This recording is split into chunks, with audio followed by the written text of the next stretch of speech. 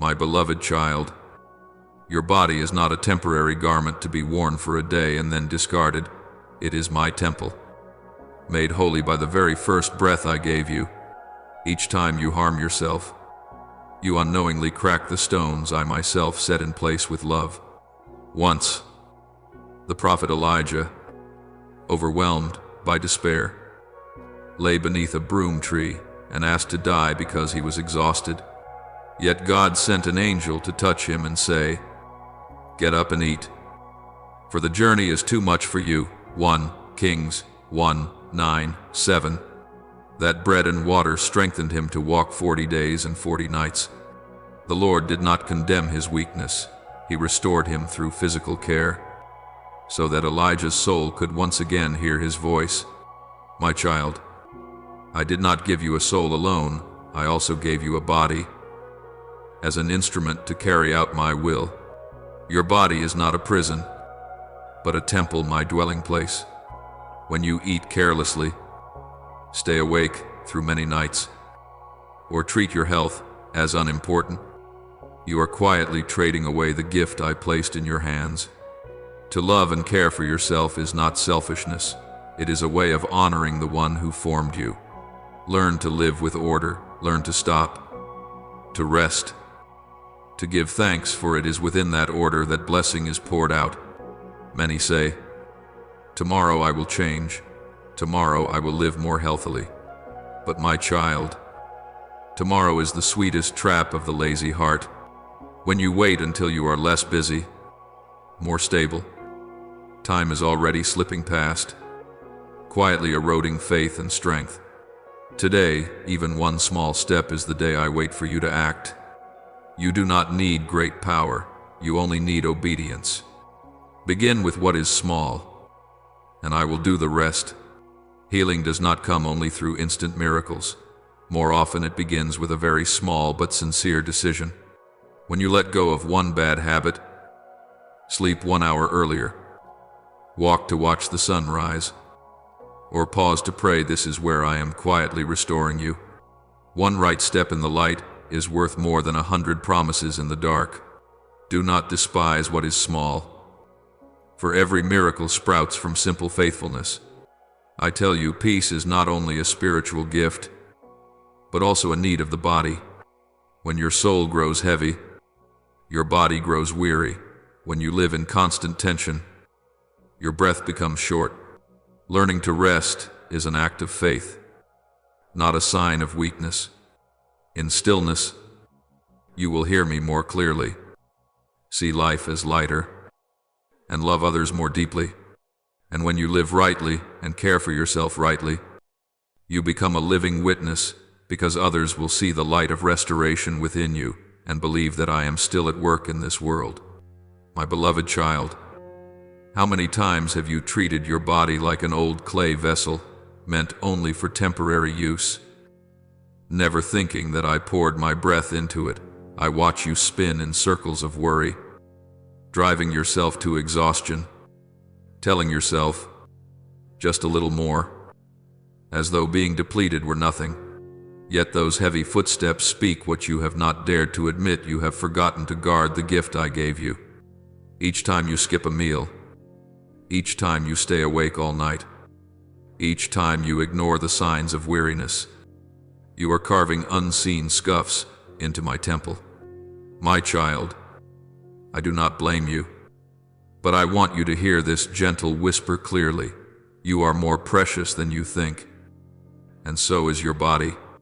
My child, the deeper reason you treat yourself lightly is not carelessness, but the habit of a world that praises quick success and relentless strength. You have learned to place others' needs above your own, and you have mistaken endurance for sacrifice, for devotion. But I tell you, sacrifice is never the same as self-eroding. When you keep running without rest, you slip into the illusion that you are stronger than you truly are, and when you are so exhausted you can barely pray, you begin to think this is normal. In truth, forgetting to care for your body is what draws you farther from me. Because when you are worn beyond measure, my voice grows faint in your mind.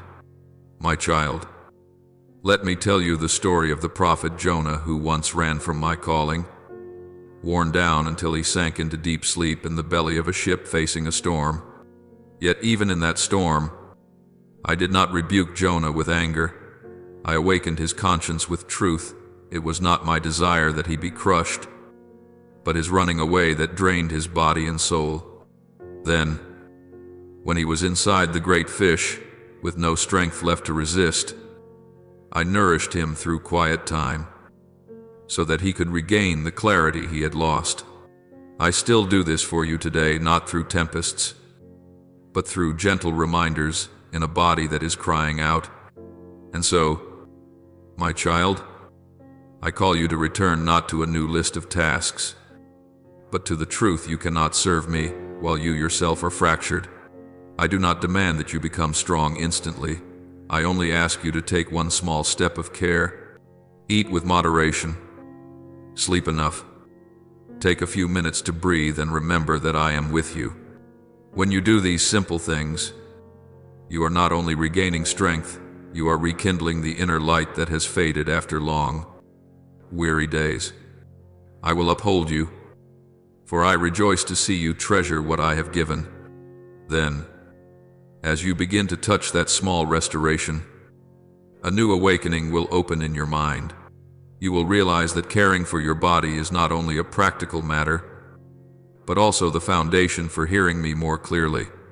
Just as a farmer tends the soil before sowing seed, you must also cultivate yourself before continuing the journey of faith.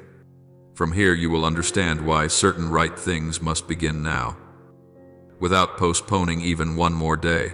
For the moment you restore your body is also the moment you open the door to the deeper changes I am about to lead you into. My child, there are moments when I see you sitting still while your mind is tangled like knotted thread, knowing what is right to do, yet hesitating, telling yourself, tomorrow. You do not intend to avoid it, but delay slips in like a thin mist, and you do not notice it stealing your brightest days. Each time you move a right thing to another day, you lose a small piece of the future I prepared for you. I do not accuse you for walking slowly, but I grieve when I see time falling from your hands like sand you cannot hold. My child, tomorrow is not evil, but it is not the place to deposit the most important things of your life. Do you know why you so easily fall into the trap of procrastination? Because deep within, you believe you will always have more time, that tomorrow will be wider, brighter, and that your heart will somehow become strong on its own. But this world does not run on that optimism. Each day has its own weight. And when you postpone what is right, you are only stacking more weight upon yourself. Often you do not delay because you are lazy, but because you fear beginning, fear failure, fear not being enough, fear losing temporary comfort. I understand all those fears, and I do not blame you. But I want you to see that fear grows when you turn away, not when you face it. And the longer you wait, the more delay becomes a chain that holds you still in a journey where you were meant to move forward. Remember the story of Nehemiah, who heard that the walls of Jerusalem lay in ruins and felt his heart torn in two. He could have said, I will pray for a few more months before I act. But he did not. He wept, prayed, fasted, and asked the king for permission to return and rebuild. Had he delayed, the wall could not have been rebuilt in 52 days, and my people would not have regained courage. Nehemiah did not wait until everything was perfect. He began in the rubble, and I did the rest. My child, that story is not told merely to be heard, but to remind you that beginning today holds more power than you imagine. Therefore, my child, I invite you to lay down the burden of tomorrow and take one small step right now. You do not need to change your whole life in a single afternoon. I only ask you to choose one right thing and do it before the thought of delay arrives.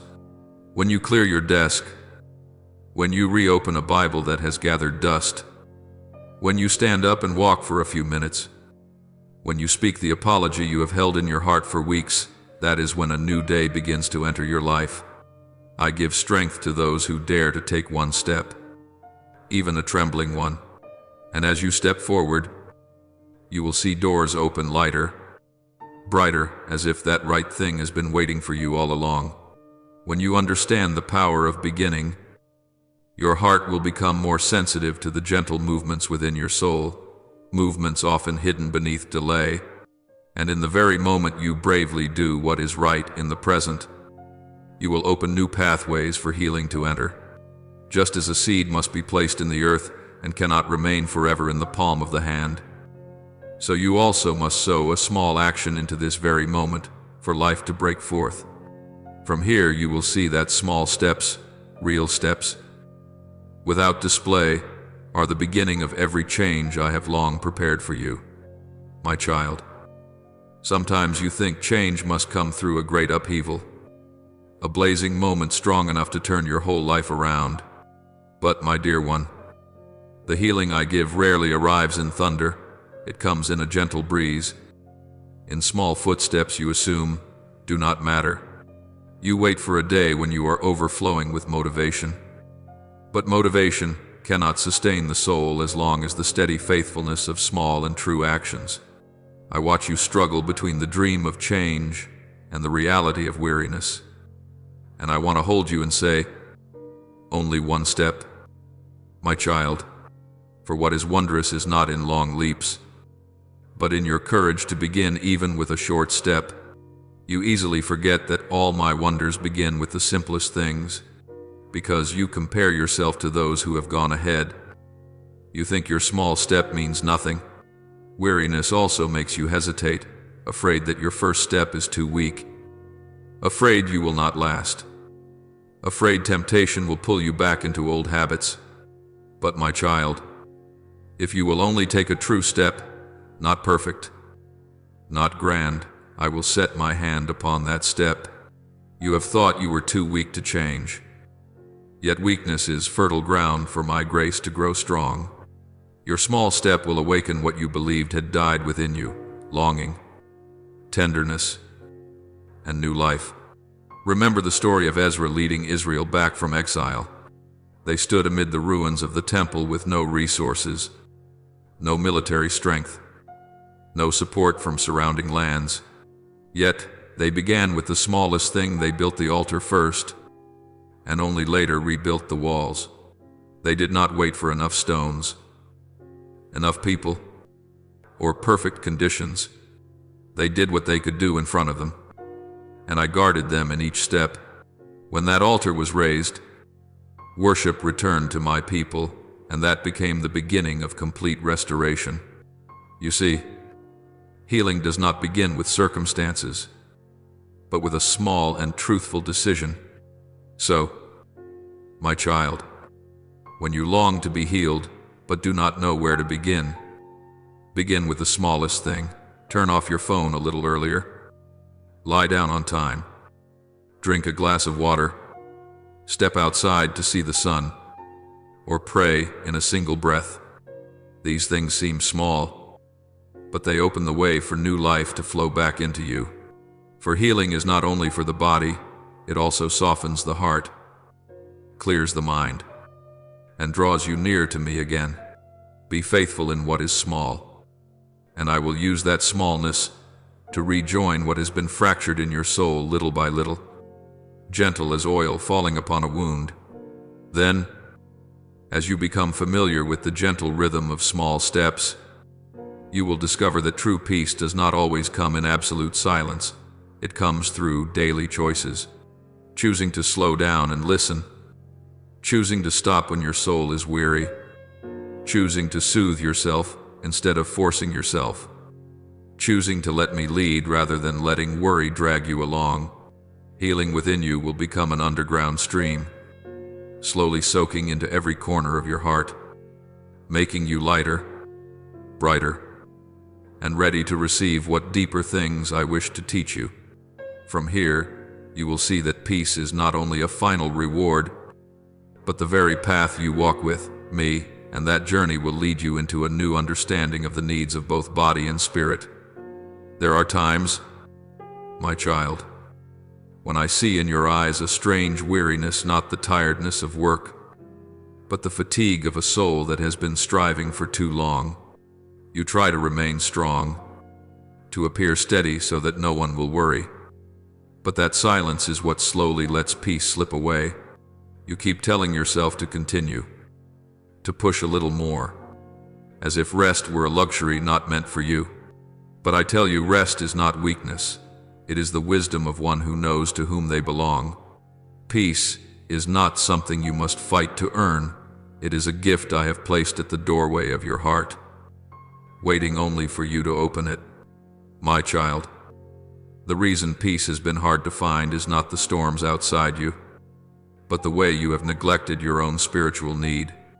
You worry about work, about family, about what others think, about a future not yet arrived, and each worry is like a small stone, piling into a weight that presses on your chest. When you live in constant tension, your body tightens like an instrument whose strings are pulled too hard. Your spirit dries up as well. No longer able to hear my gentle breath, you think something is wrong with you. But in truth, you have simply forgotten to step into quietness so that both spirit and body can be revived. I created you to live, not to merely endure unending fatigue. Remember Mary, who chose to sit at my feet and listen, while Martha busied herself with many tasks. Martha was not wrong, yet she allowed work to dim my presence. Mary understood that the soul must be nourished before the hands can serve. I said, Mary has chosen what is better, and it will not be taken away from her. You see, peace does not come from doing everything. It comes from choosing what is right at the right time. When you place spiritual life first, your body also learns to rest, because the two were never meant to be separated in the design I set for you. So, my child, I invite you to return to the breathing rhythm of peace you lost amid busy days. Learn to pause, if only for a few minutes, so your heart can exhale gently. Step outside and see that the sky is still blue as in the beginning when I created it. Sit in quietness and hear again my voice that has never left you. True rest does not slow you down, it helps you go farther. It does not make you weak, it strengthens the deepest part of you. You do not need to spend all your strength proving your worth, for your worth rests in the love I have for you, a love deep enough to desire that you live in peace, not wear away in survival. And when peace begins to flow again through the hidden passages of your soul, you will recognize something wondrous. Your recovery is not only for you. The light in your eyes, the steadiness in your breathing, the gentleness in how you treat yourself, these will become a wordless testimony to those who are lost beside you. Others will look at you and know that I am still at work in this world, through your quiet yet powerful change. And from that place of peace, you will be prepared to step into a greater calling to become hope for others, like a small lamp that never goes out. You only need to keep your heart soft in my hands. The rest I will complete. My child, have you ever noticed that when there is more peace in your eyes, the people around you also naturally feel lighter in their hearts, even if you do not speak a single word of preaching? The way you live, the way you treat your own body and soul, is quietly telling a story. Every time you wear yourself down, you are unknowingly repeating a sad story that you do not see your own worth, that the temple of mind within you is not worthy of being cherished. But when you begin to care for your body, to learn how to rest, to turn away from the things that are damaging the life inside you, that story changes its tone completely. It becomes a testimony that I am still healing. You may not realize it, but every small change in you is rewriting the book that others read each day through your attitude and your face. And I long for that book to become a living testimony, not in theory, but in a life that is truly made new. I know that many times a thought rises in your heart, my life is too ordinary, too messy, Too sinful. How could I ever become a witness? You compare yourself with those you consider more spiritual or holier. And the more you compare, the smaller and more unworthy you feel. Then you hide your cracks. You hide your own journey of weakness, afraid that if anyone knew, they would despise you or be disappointed. But my child, those very scars, when they are touched by me, become the loudest proof of grace. People do not need a life that has never stumbled. They need to see a life that has fallen and yet can stand again because of me.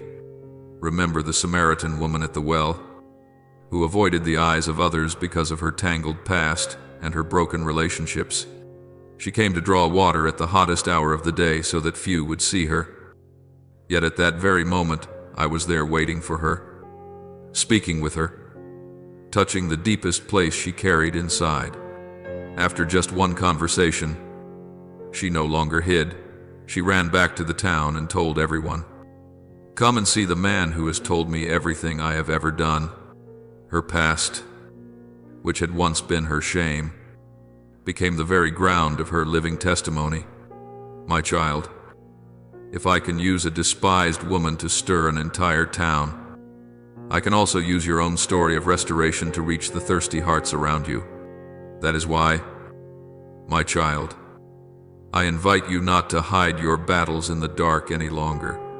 When you dare to be honest about the habits that once wore down your body, about your fears and your procrastination, and at the same time dare to tell how I am slowly pulling you out of them, you are shining a kind of light that dry doctrines can never give. You do not need to stand behind a pulpit, you only need to live truthfully, to walk each day in trust, so that people can see the difference between the before and the now in you. A healthy meal you choose, a night when you decide to sleep early, a moment when you choose to rest instead of running yourself into exhaustion, a decision to say no to what harms your body and soul. All of these are sentences I am writing across your life as a wordless sermon. And many times, that silent sermon will reach people whom spoken words could never touch. And in time, you will realize that the journey of caring for your body, breaking free from procrastination, taking small steps toward healing, and learning to live in peace is not just so that you can be healthier or more okay. It is preparing you to become a tangible source of hope for those in despair around you, your loved ones, your friends, those who are repeating the same choices that once wounded you. When they see that you are no longer wasting away, no longer destroying my temple in you, they will know there is still a way home for them. And in that very moment, my child, you will deeply understand that your life, though once cracked and broken, has become a restored temple, a place others can look at and recognize that God is still living, still loving, and still renewing what seemed to be lost. But my child, when I look more closely into your daily life, I see something very quiet yet dangerous. You are not deliberately opposing me, but you are unintentionally treating your own body, the place I have chosen to dwell, harshly. You think they are only small, insignificant choices, one time eating just to satisfy your cravings, one night staying up to your heart's content, one extra push to finish that task, one more time bracing yourself to bear the stress without daring to rest. Then all those just once moments gather together and become an entire way of life. You do not realize it, but little by little you are dismantling the temple I entrusted to you, not with hammer and chisel, but with neglect, resignation, and letting yourself be swept along. I see all of this, not to keep a record against you, but to let you know that I am not blind to the weariness you carry, nor silent about what is eroding you from within. I see the times when you stand before food not to nourish yourself, but to escape your emotions. The more exhausted you are, the more your table fills with things that bring instant comfort, yet make your body heavy, your eyes dull, your heart strain, You know some of these foods are not good for you.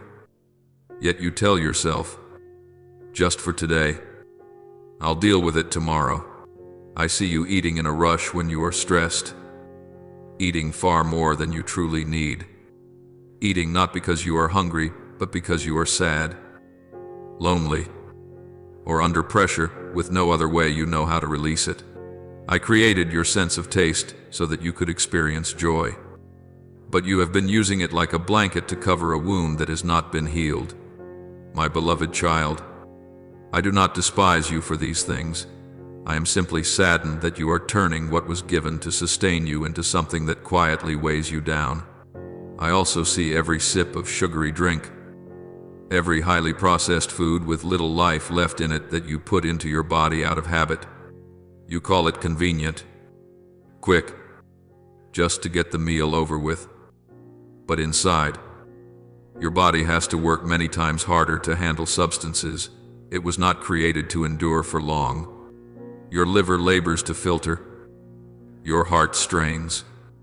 Your blood sugar quietly rises and falls like erratic waves wearing down a shoreline. You grow more tired, yet think it is simply because you are weak. And then you push your body through another round of the same cycle. My child, I have never taught you to become a slave to taste or convenience. I want you to rule over those choices. Because everything you eat and drink is also a sentence you speak to yourself. Do I honor this temple or not? Then come the quiet nights when it is just you and the cold blue light from the screen. I see your eyes glued to clip after clip, page after page of news, line after line that never seems to end. You call it a bit of entertainment, relaxing before bed. But it is precisely then that the rhythm of life I placed in you is being disturbed, and the brain that should be entering stillness is forced to take in thousands more images and sounds. You turn off the lights later each night while the alarm still rings at the same time. Your sleep is shredded into pieces, and your brain has no room left to sort your memories, your emotions, and the things you have learned. The next day you wake with a head that feels heavy as stone, burning eyes, and a foul mood, not understanding why you are so easily irritated. My child, I do not blame you for turning to a screen when you are lonely or tired. I simply want you to know there is a deeper kind of rest, where I can smooth out the tight strands in your heart if you will put the phone down and let your body be still. I see the way you treat sleep as something optional, something you can cut without consequence. You are proud that you can stay up all night to finish work, to text, to play, to chase what you call opportunities. You think it proves you are diligent, ambitious, committed. But my child, when you keep shaving away your rest, you are cutting into the very time designed to heal you each day. In those hours of sleep, your body is repaired, your immune system strengthened, your brain washed of what is unnecessary and reorganizing what needs to be kept. When you steal that time away, not only does your body grow weaker, your soul also becomes more vulnerable to words, pressures, and temptations. I set the rhythm of day and night into this world to teach you to stop, not for you to try to break it as if it were a badge of honor. I also see the times you let yourself drown in worries until every breath is short and your heart races for reasons you cannot even name. You anxiously project into things that have not yet happened. You cling tightly to memories that have already passed. You blame yourself for old mistakes and believe you will never be good enough. The tension begins somewhere in your mind, but it flows into every fiber of your body, making your shoulders heavy, your neck rigid, your stomach knotted. You think these signs are just habits, just how you are, without realizing they are your body's cry for help. It is telling you it cannot take it anymore. My child, when you let stress rule day after day, you are allowing a false king to sit on the throne in the temple that belongs to me alone. I want to help you dethrone that king so that peace can return to its rightful place within you. I also see the times you seek refuge in things that only give you a brief rush, diversions taken to excess, habits that numb your mind instead of giving it true rest, choices you know will hurt you, and yet you keep trying to justify. You want to forget your troubles, so you lose yourself for a while in things that keep you from having to think. You want to escape the pressure, so you sink into activities that drown out the sound of your own heart crying out. But when that moment passes, you return to a more exhausted body, a more tangled soul, and a temple with a few more cracks. My beloved child, I do not reject you because of the places where you run and hide like this. I only want you to see that all the anesthetics you give yourself do not heal the wound. They only cover it so it can go deeper. I tell you these things not to shame you, but so that you will stop secretly condemning yourself in silence.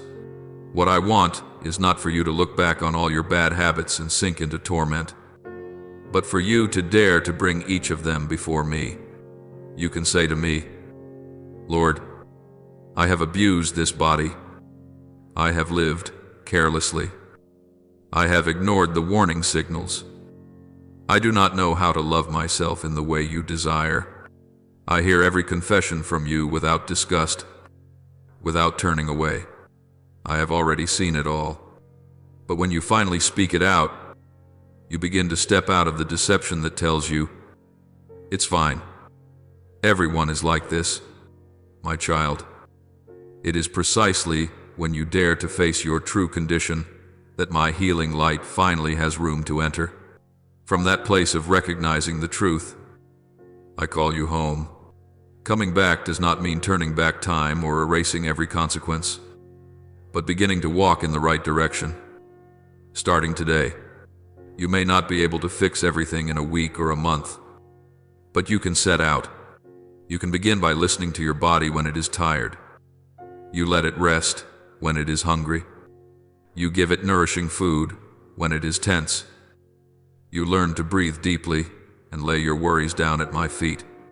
You can practice choosing less of what makes you heavy and more of what helps you stay clear, light, and enduring. You can practice turning off the screen earlier so your sleep can be more complete and your brain can have the space I designed for it. Every small change is another brick you lay back in its rightful place in a temple that has been cracked.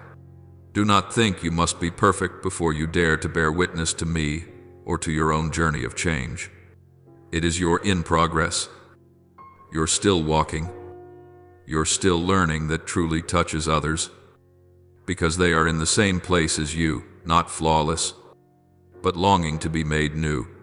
When you tell how you once neglected your body but are now learning to honor it as a gift from me, when you share that you once despised sleep but are now training yourself in new rhythms of rest, when you confess that you once ate and drank excessively because of your emotions but are now learning to eat with gratitude and greater awareness, those little details become living lines in the book of your life. And as others read that book, they may recognize themselves in it and quietly ask, if God could do this for them, perhaps He could also do it for me. The day you realize that your body is my temple, not a display piece for beauty, but a place for my presence and my work, you will begin to change the way you make even the smallest choices. You will no longer eat just for fun, sleep just to get through the day, or entertain yourself just to kill boredom, but start to see everything as part of worship. A moderate meal, a sufficient night's sleep, a quiet pause in your day to stop and listen to me. These are all silent hymns offered to me. When you live this way, your body is no longer a burden but an instrument, and your life, though very ordinary, becomes a clear testimony that I am still transforming people from the inside out. My child, I rejoice to see you taking these small steps on this journey, because each step not only saves your temple from being worn down, but turns it into a gentle, steady light for those who are groping in the dark, searching for a way home. I see what is being pressed down inside you, even the things you yourself sometimes choose to ignore just so you can keep running. Every time you worry beyond measure, chemicals in your body pour out like a thin smoke, invisible to the eye, slowly eroding the life within. Your heart beats faster. Your breathing grows shallow. Your stomach tightens. Your sleep turns restless, all of it crying out that you are living in a constant state of fight or flight, even though no wild animal is chasing you in the physical world. I did not create your body to endure unbroken tension day after day. I wove it together with a rhythm of work and rest, of wakefulness and stillness, of giving and being held. When you break that rhythm, you are like someone who keeps striking a drum without ever letting it rest. Eventually, the skin tears and the sound loses its clarity, becoming only a harsh, exhausted pounding. I say this not to rebuke you, but so that you will see that even when you are not paying attention, your body is faithfully sounding the alarm that you are out of rhythm. I also see how much you sit, glued to your chair, to your screen, to the work that never seems to end, while I created your body to move, to walk, to stretch, to let the blood flow like a river that does not stop. I gave you legs to walk, hands to work, a heart to beat strongly, lungs to breathe deeply and fully. Yet your lifestyle is turning them into tools that are rarely used. Muscles that are not challenged slowly waste away.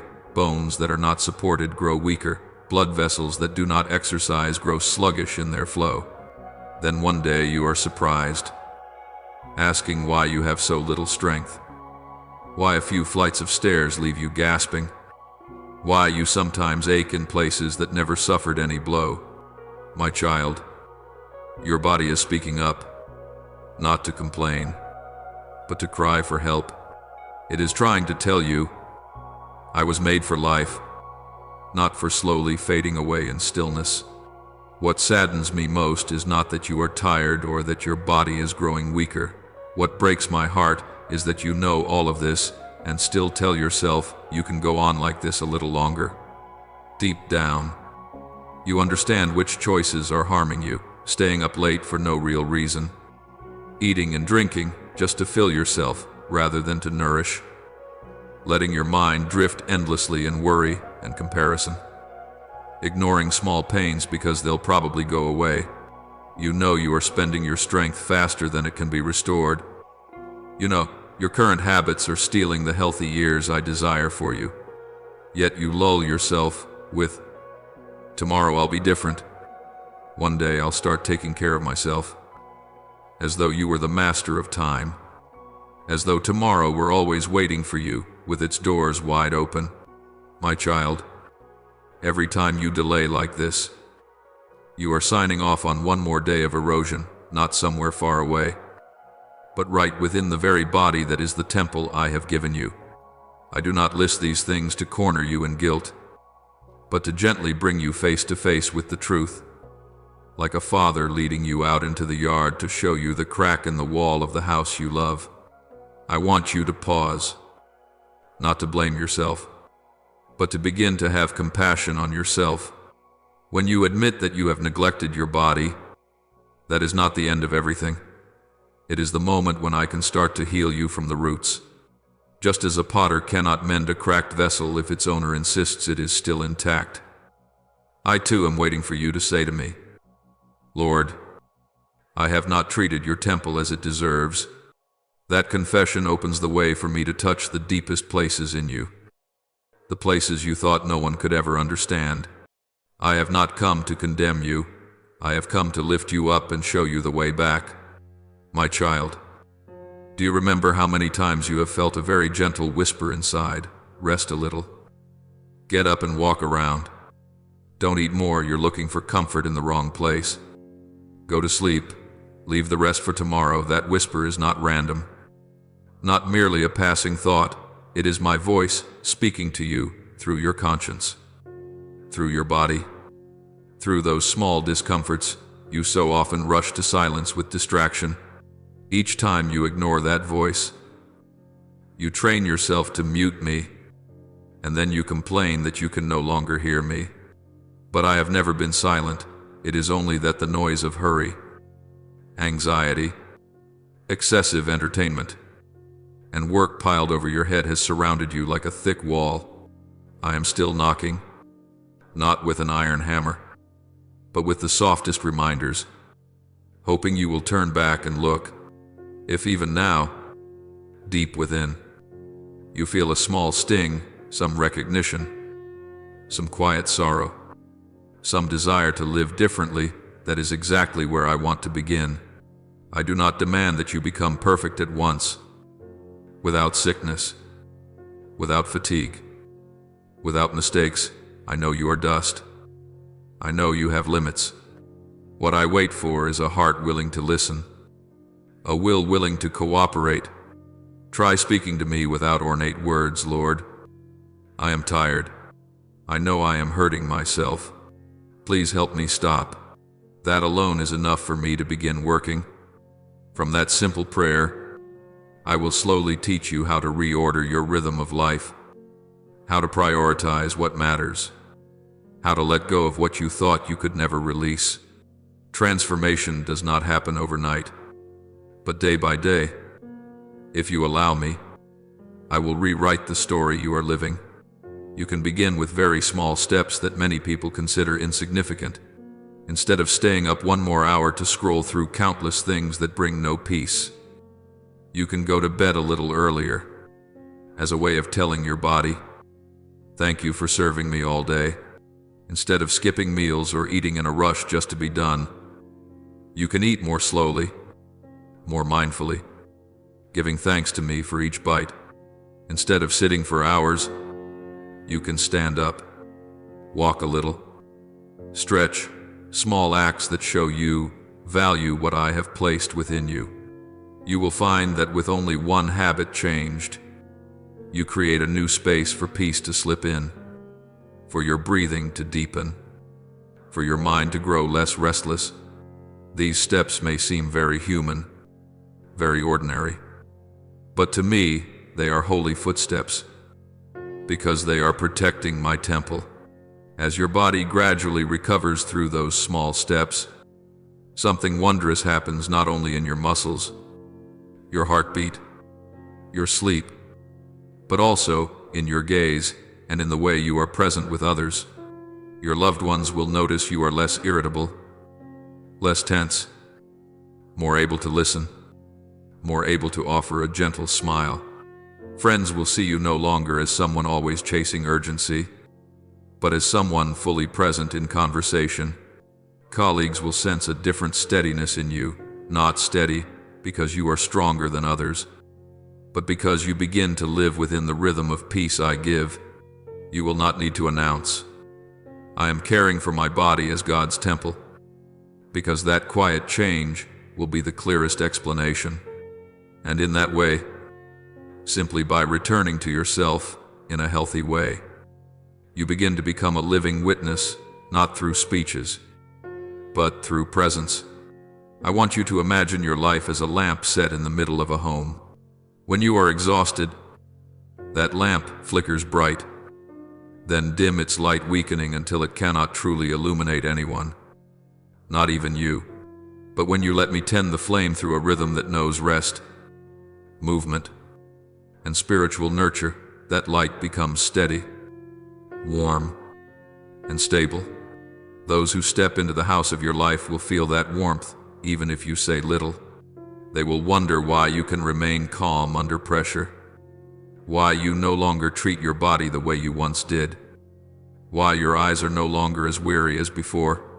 And when they ask, you will have the chance to tell them not about how good you are, but about my patience and kindness, the one who did not abandon you in the days you were wearing yourself down, but waited for you to turn back. My beloved child, do not fear that the past days of looseness, tension, and lack of love toward yourself will steal your chance to testify about me. In truth, those days make your witness more honest. When you speak to someone who is staying up late in exhaustion and say, you understand, because you once lived that way. Your words carry weight. When you share with someone who is ignoring the warning signs of their body that you also once did the same, they will feel not judged but understood. And when you go on to tell how patiently I drew you out of that spiral through small steps, they will feel hope for themselves, because they will see if I have done that for you, I can do it for them as well, little by little, through that journey of change. Your whole life will become a letter written not with ink, but with daily choices. Every decision that honors your body, every time you learn to say enough to work, every moment you stop to breathe deeply and remember me, becomes a new line in that letter. Others will read it by watching you. They will see that someone is leading you into freedom instead of leaving you bound by pressure, fear, and self-destructive habits. And in that moment you will understand more deeply what I told you from the beginning when you stop wearing down your body.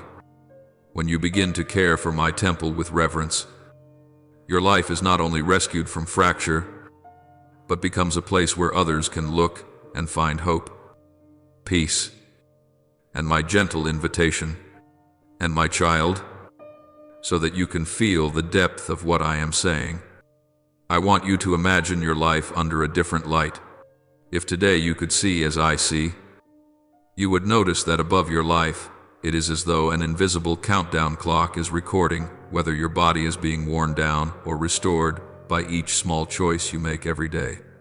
Each sugary drink instead of water, each late night spent scrolling on your phone, each time you swallow your sadness rather than bring it to me little by little.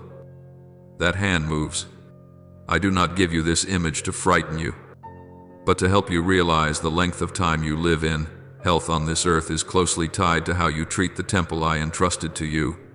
You are telling a story through the rhythm you choose, and that story is either a hymn offered to me or the quiet lament of a body left unattended. If you could see that record, you would know there is no choice that is truly harmless. The way you have soothed yourself into believing, each rushed meal of processed food, each time you dismiss the recurring headache, each hour you let your mind drown in worry without rest, these are like small scratches on the walls of the temple. At first they are tiny cracks that no one notices, even you may not care. But I see clearly how they slowly spread, steadily and persistently, eroding the foundation from within. And at the same time, every time you choose something good for your body, drinking another glass of water, getting up to walk after studying, taking a deep breath and whispering my name in silence, you are laying new stones back onto the wall of that temple. You may not see the arithmetic of loss and gain, but I see it, I acknowledge it, and I rejoice. Because each time you choose what is right for your body, you are honoring me through a very practical form of worship. You may think, but I'm still young, my body can handle it, I'll fix it later. My child, that thought is what makes so many people slide further and further. The body is like a gentle friend, it endures for a long time. It tolerates much. It rarely complains loudly.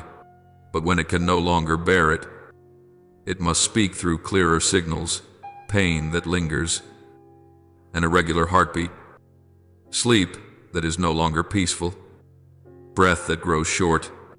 I do not send those signs to punish you, but as an alarm bell, as an urgent call, my child. Stop, look again at the way you are living. What I desire is not that you panic, but that you awaken, that you learn to stop in time before the damage becomes hard to restore. And I want you to learn something simple yet deep. Do not silence the bells in your body by ignoring them or forcing yourself to endure. Listen to them as you would listen to my reminders. Let me tell you about a son of mine named Min, who lived in a bustling city. He was diligent, always trying to do everything well. But for many years he traded his health for achievement. Breakfast was strong coffee and sweet pastries. Lunch was a hurried bite. Dinner was late. And then he stayed up deep into the night in front of a screen. He kept telling himself, just endure a few more years. Later I'll rest. One day, on his way home from work, Min felt tightness in his chest. His breathing grew heavy, and his vision dimmed for a few seconds. He assumed it was just fatigue and thought a painkiller would fix it. But that night he dreamed he was standing before a cracked temple walls, stained and broken, the stone floor trembling as if about to collapse. As he looked closely, he realized it was the image of his own body. In the dream he heard a voice, very gentle yet filled with authority. "Do you know how you are living with the gift I have given you?" He woke abruptly, his heart racing, sweat soaking his forehead, tears spilling as he realized he had neglected himself for far too long. The next morning, for the first time in many years, he went to see a doctor, and the results showed he was standing very near the edge of a serious illness if he did not change immediately. Min was not only afraid, he felt ashamed, because he understood that if he collapsed, his kind wife and small child would bear pain he could have prevented had he listened to my reminders sooner. Yet, my child, this is not a story with only darkness. From the moment Min understood, he chose not to keep playing the victim of his old life. He began with things so small they seemed unable to change anything: sleeping 1 hour earlier, walking slowly around the neighborhood each afternoon, eating more vegetables, cutting down sugary drinks, setting aside a few minutes each day to read my word instead of endlessly scrolling. He told his family about that dream, about the fractured temple, and the whole household began to change together. In the months that followed, his health improved little by little. The chest pain disappeared. His breathing grew deep again. His sleep became calmer. But more than that, his attitude toward himself and those he loved was renewed.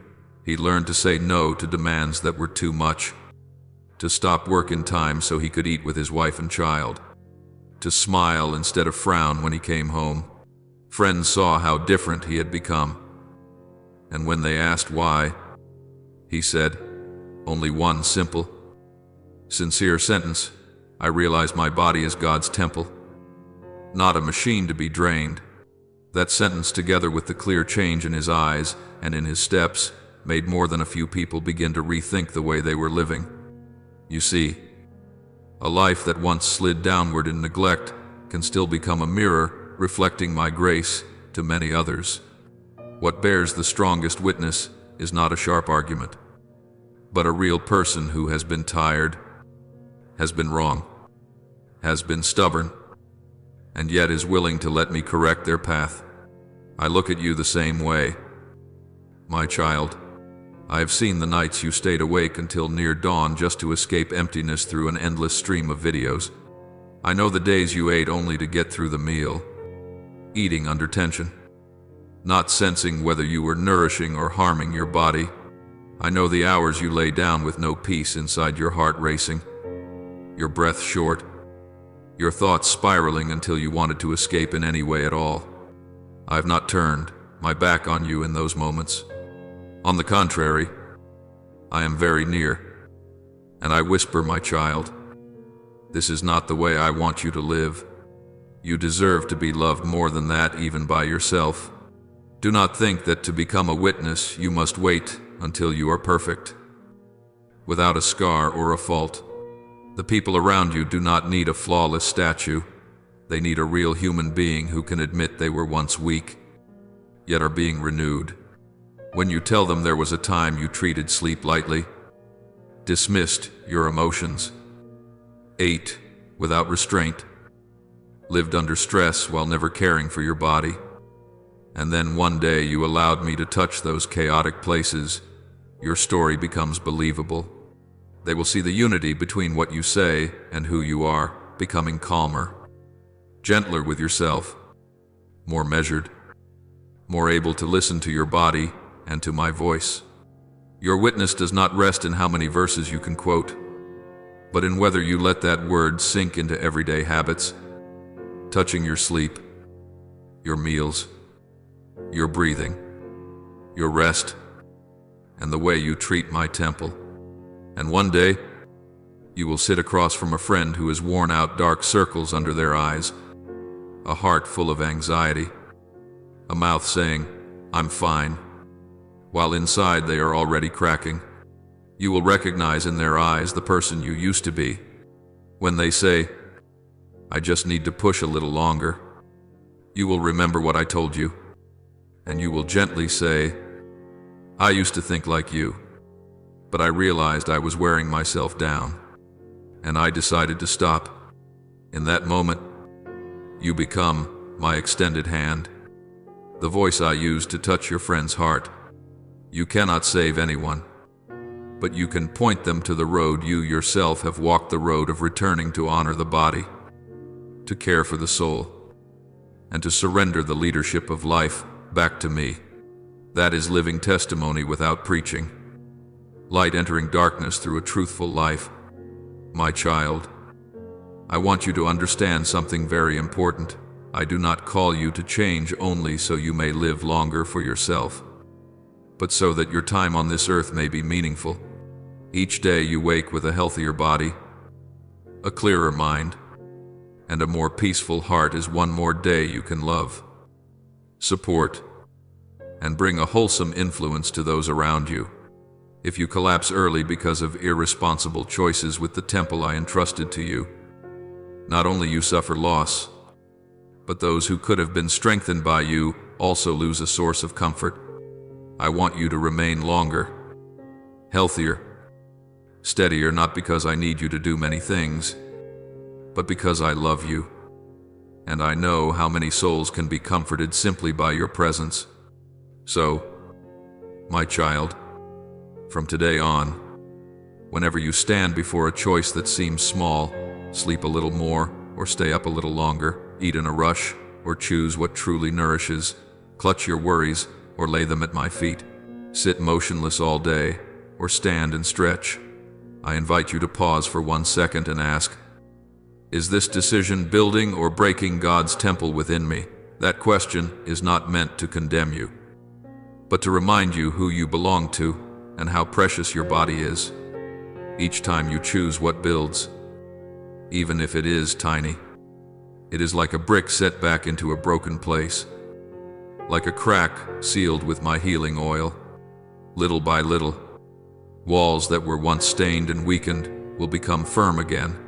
A roof that once leaked will be repaired, and in that temple, light will pour in, and those who pass through your life will sense something strange and beautiful in this place. There is peace, there is life, there is someone present, and then you yourself, with all your journey of fracture and restoration, will be living proof that when you stop wearing down your body, when you treasure the temple I have given, not only are you rescued, but many others also find a way back home. My child, there is something I want you to face directly. Even if it may sting a little, not everyone beside you truly wants you to be healthy and restored. Some have grown used to the picture of a person worn out, drained of life, always tired and yielding to habits that grind the body down. That image, without them realizing it, makes them feel safer about their own laxness. When you say no to food that harms your health, some will laugh and tease that you are overdoing it or making life too hard. But in truth, they fear seeing you change. Because if you are renewed, they no longer have an excuse to justify their own stagnation. When you refuse late-night gatherings filled with junk food and empty talk, some will say you are distant or cold. When you choose to exercise, choose to sleep early, choose to care for a body that has been exhausted, some will feel unsettled inside without knowing why. My child, I want you to recognize this not so you will resent them, but so you will stop handing your destiny over to laughter, criticism, or irresponsible invitations. The power to decide still rests in your hands, and I am standing with you, not with the noise around you. I know there are relationships that once made you feel like you belonged, Yet in truth they only pulled you into a spiral of self-destruction. The person who keeps drawing you into binge eating, meaningless late nights, and habits that burn up your health does not truly love you the way I love you.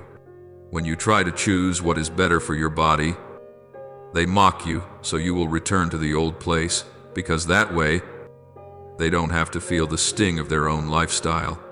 You must understand this: real love does not shove another into ruin, nor does it bind them to patterns that will make them collapse sooner. Real love can rejoice when the other grows, becomes stronger, shines brighter, even if that forces us to face our own surrender. So when you begin to step out of the old way of living, I allow you to accept this truth. Some relationships will have to change. Some forms of closeness will need to loosen. And some kinds of fun will have to stop. That does not mean you no longer love those people. It means you stop letting them control the direction of your life. I want you to stand in love, but also to stand firm in wisdom, able to discern what is an invitation into life and what is a tug back toward the weary darkness of yesterday. My child, if you dare to enter the journey of honoring my temple within you through very concrete decisions, you will begin to see new signs appear in a body you thought was simply used to being tired. After a season of faithfulness, each morning you wake, you will realize you are no longer as weighed down as before. The pointless fatigue will lessen. Your breathing will deepen. Your heartbeat will grow calmer. The nights when you used to lie awake, eyes wide open while your mind tangled itself in turmoil, will gradually be replaced with more restful sleep, even if at first it is only a little more quietness. You will notice your emotions steadier. The sudden sadness, the irritability from exhaustion will come less often, and you will begin to have inner space to hear my whisper. Your body, which once clung to layers of fat like a protective armor against stress, will start to loosen its grip. The inner measures you cannot see with your eyes will slowly move toward balance.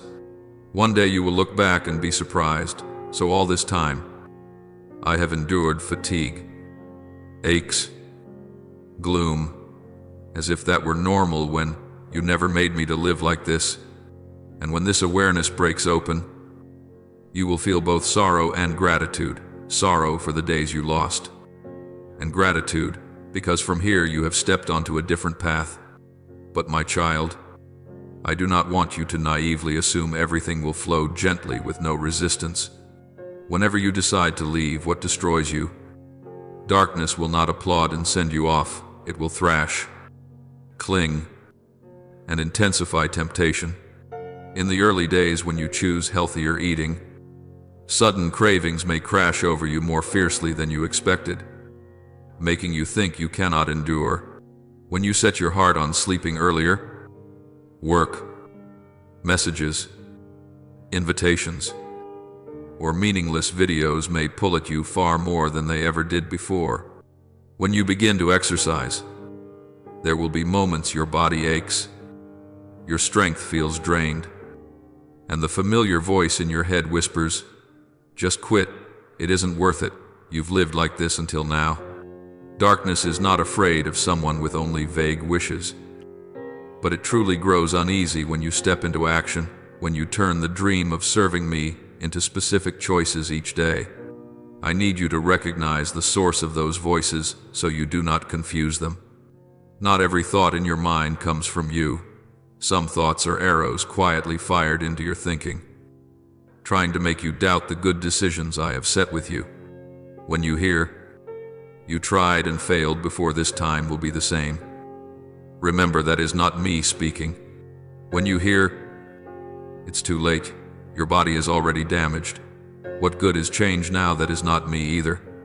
When you are persuaded that eating and sleeping healthy like that is extreme, it's harsh, calmly examine it. Is that voice urging you to remain on a road that will lead to burnout, illness, and a heart full of regret?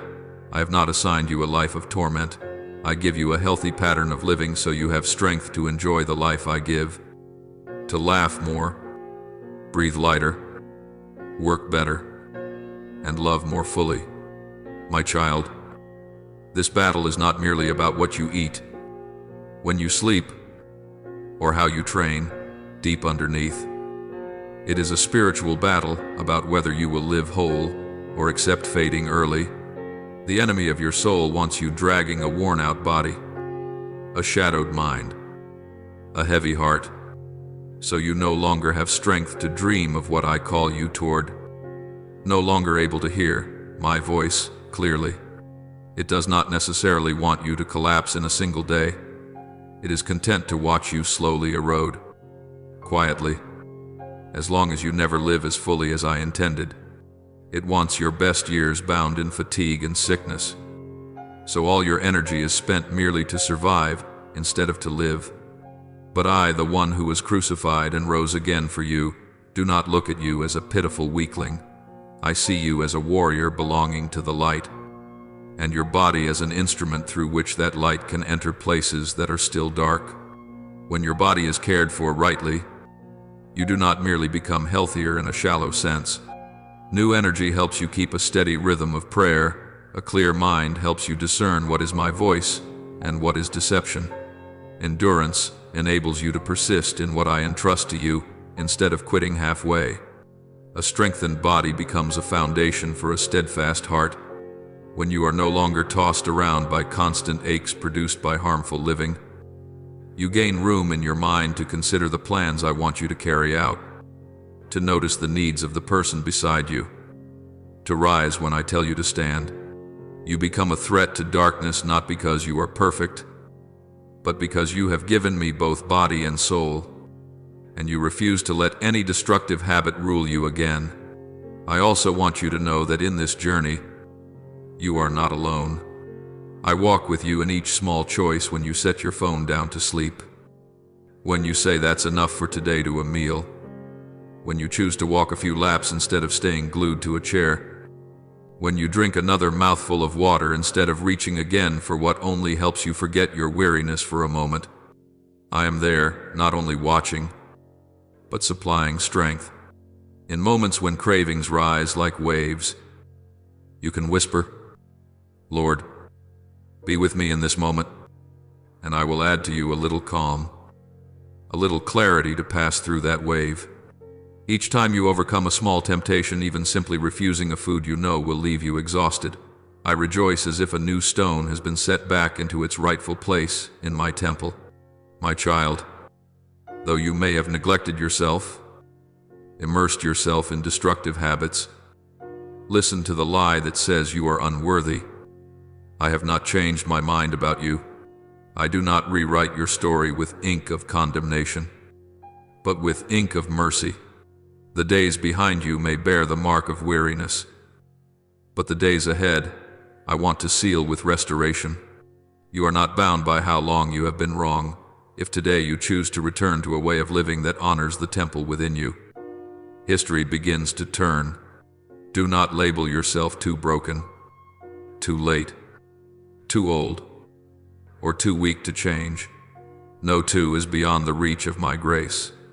I have renewed lives that seemed far more shattered than yours. I can, and I will, do the same for you if you give me not only your soul, but also this body, for me to care for, repair, and use for good.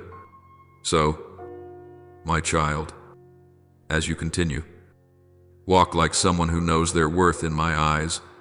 You no longer have to prove anything to anyone by wasting your health. You also do not need to wait for everyone's approval before you dare to live differently.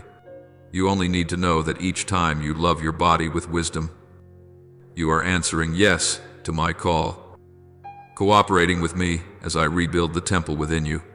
And as that temple grows steadier, more beautiful, filled with light, the people around you will notice something without you needing to say a word. Someone is living within you, making you new, and inviting them too to step away from their own self-destructive patterns.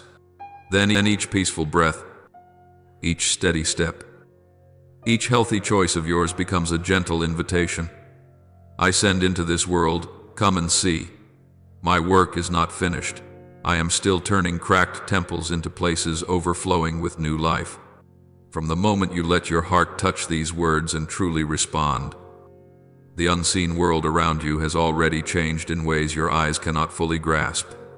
The space you once assumed was merely four familiar walls has become a spiritual front line, where I and my angels take note of the quiet yet honest decision in your heart.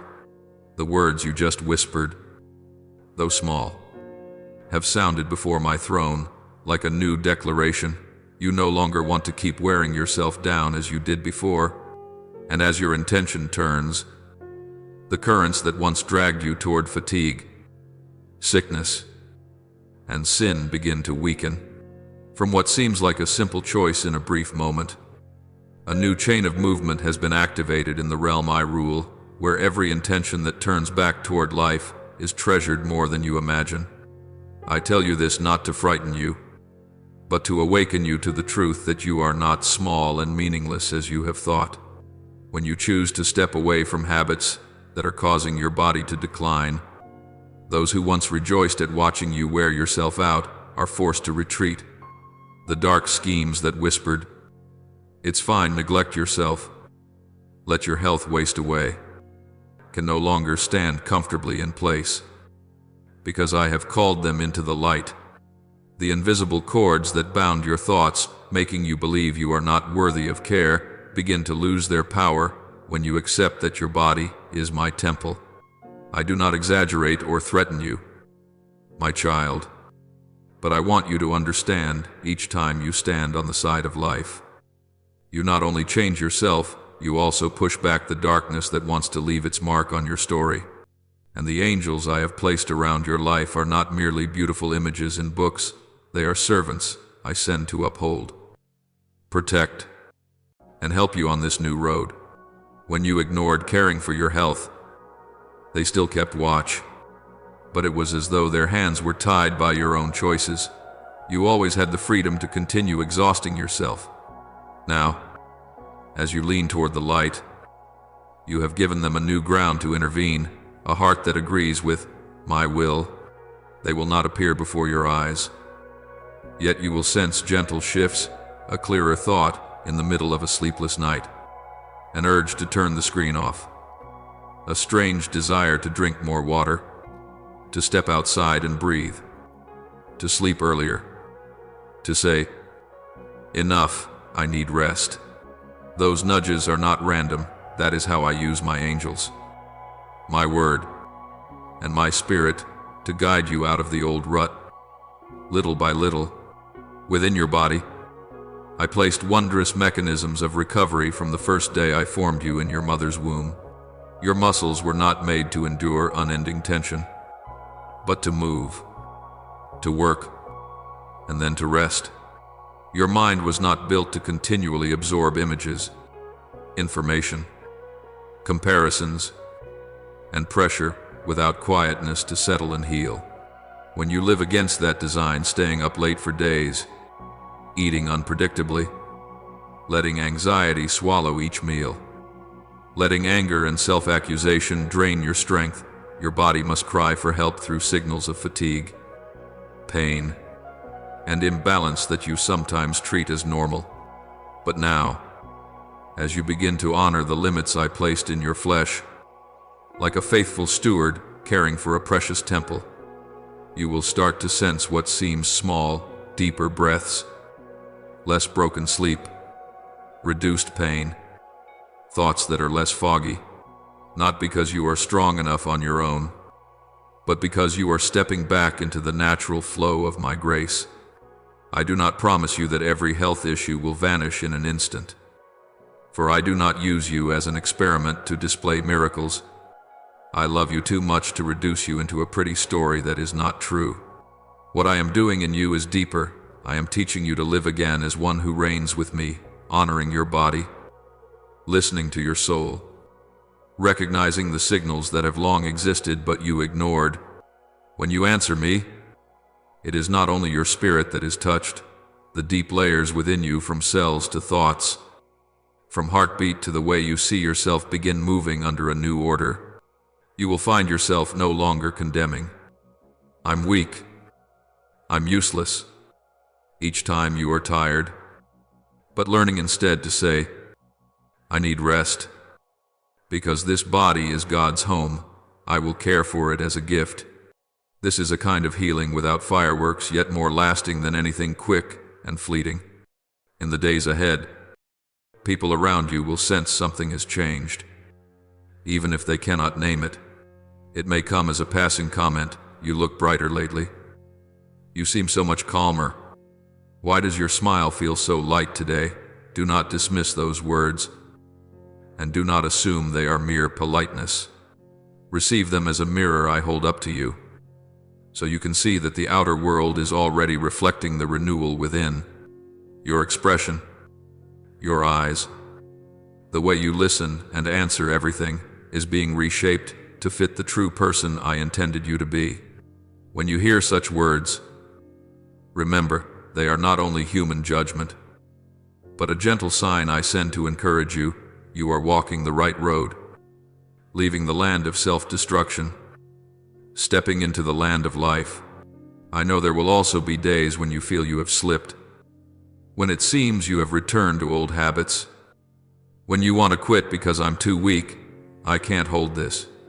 Do not let those moments become evidence to condemn yourself. Instead, see them as the stumbles of someone learning to walk again after a long season of dragging their feet. A child falling does not disappoint me. What brings me joy is that the child stands up, looks up, and keeps going, knowing the Father's hand is still reaching out. When you stumble, you do not return to the starting line. You are learning another lesson about limits and weakness, so you understand more deeply that you need me.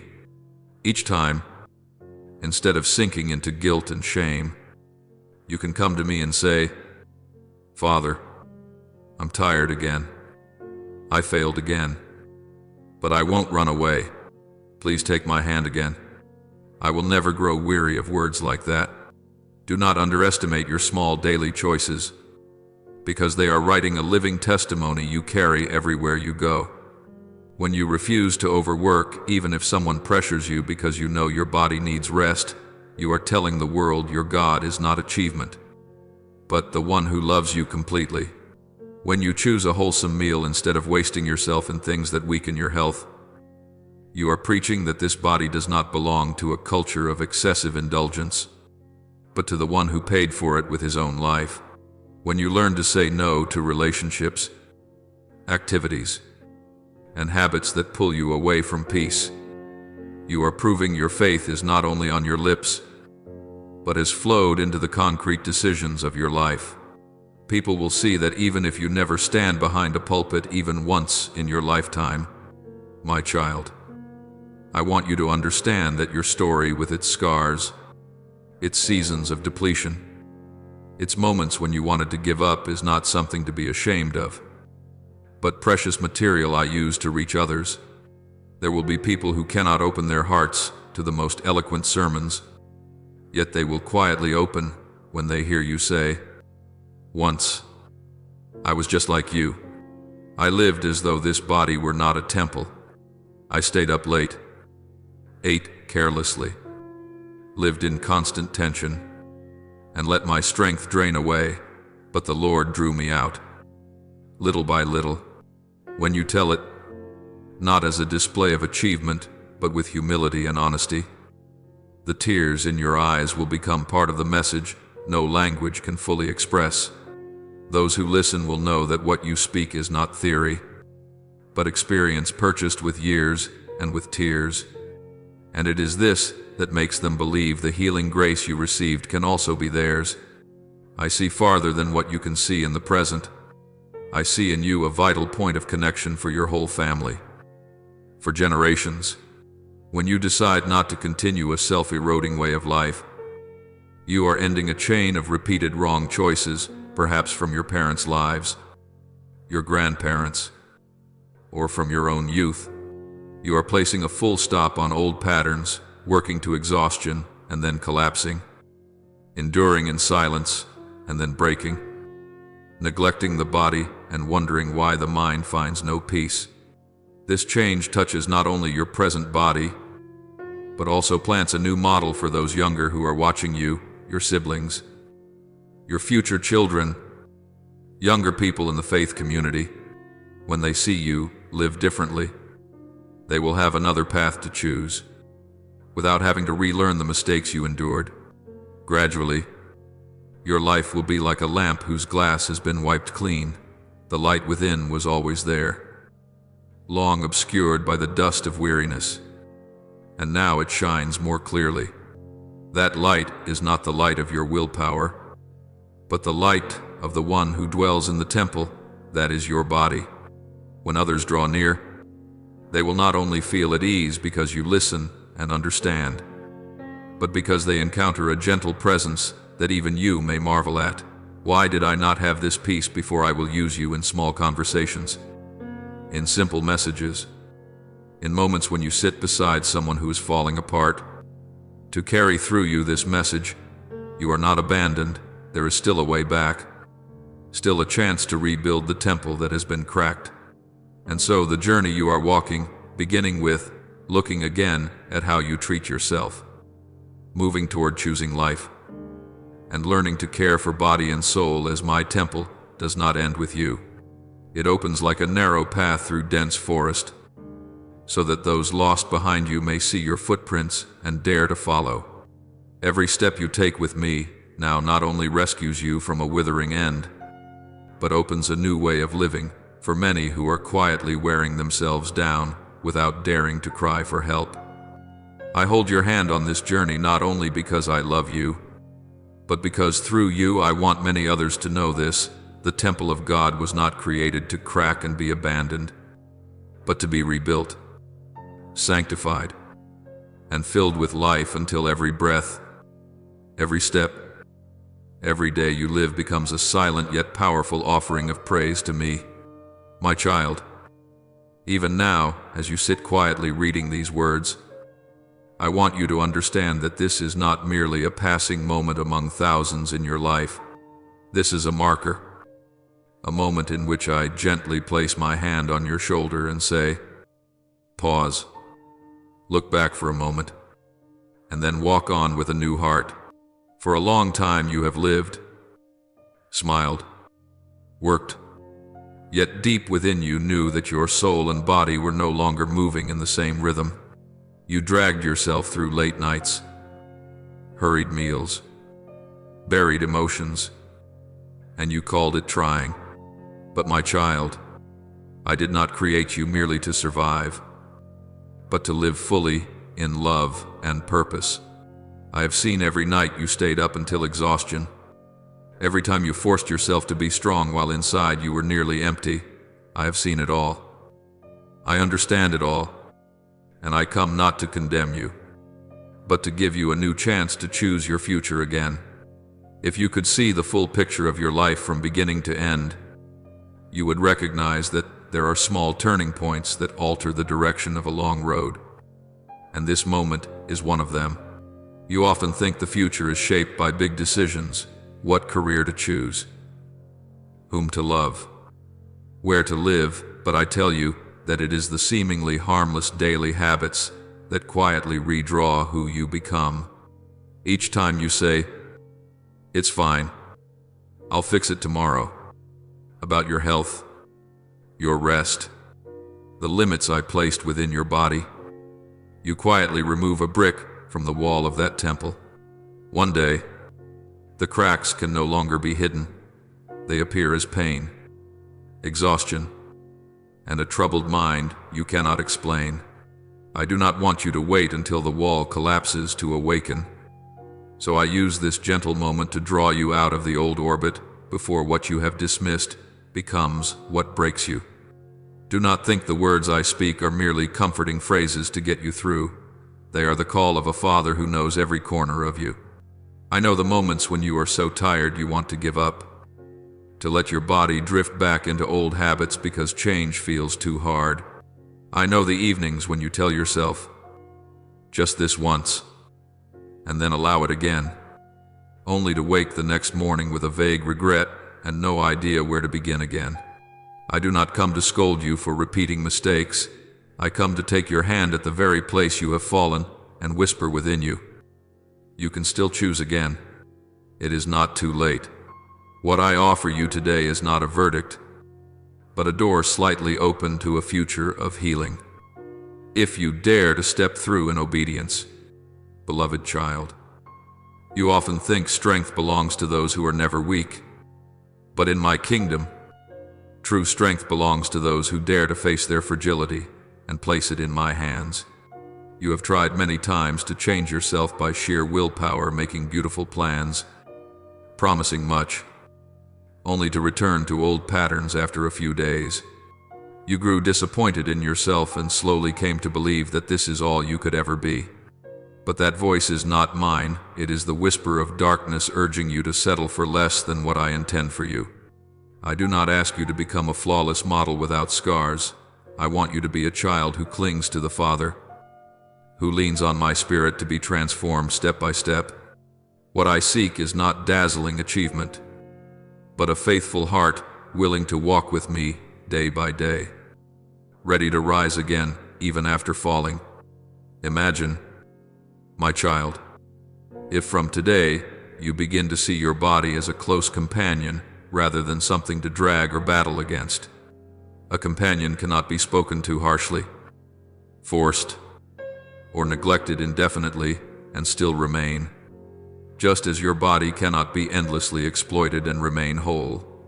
When you eat more mindfully, sleep in peace rather than collapsing from exhaustion, take a few moments to breathe deeply and remember that I look at you with gentle eyes. Your body will slowly respond with renewal. It is not betraying you. It is simply sounding the alarm that it has borne too much. I want you to learn to treat yourself as I treat you, not with contempt or cruelty, but with love and correction, gentleness and firmness together. I have placed within you the capacity to change. And when you choose to love your body as I teach, you are laying a firm foundation again for my temple within you. I want you to know that you are not a helpless victim of old habits. Deep within you, I have placed the power of choice, and no one can take it from you when you place it back in my hands. Each time you say no to what quietly drains your body and soul, even in a small way, you reclaim a measure of authority it once held over you.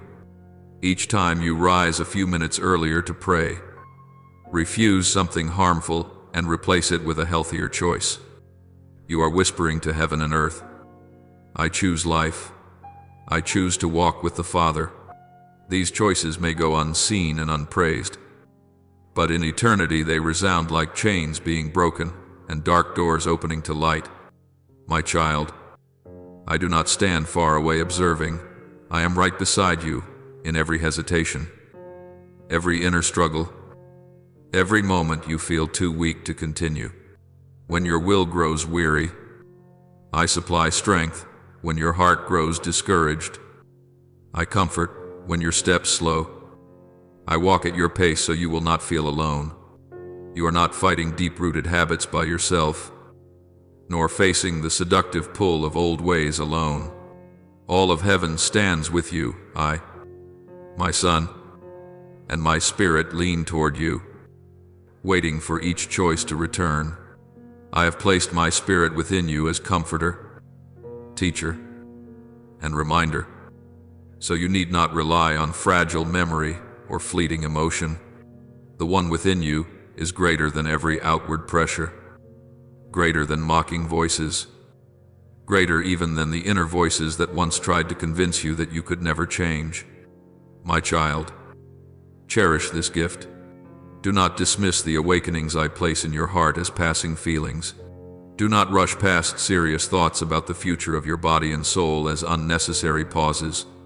The moment you read this is a moment in which I open a new door for you.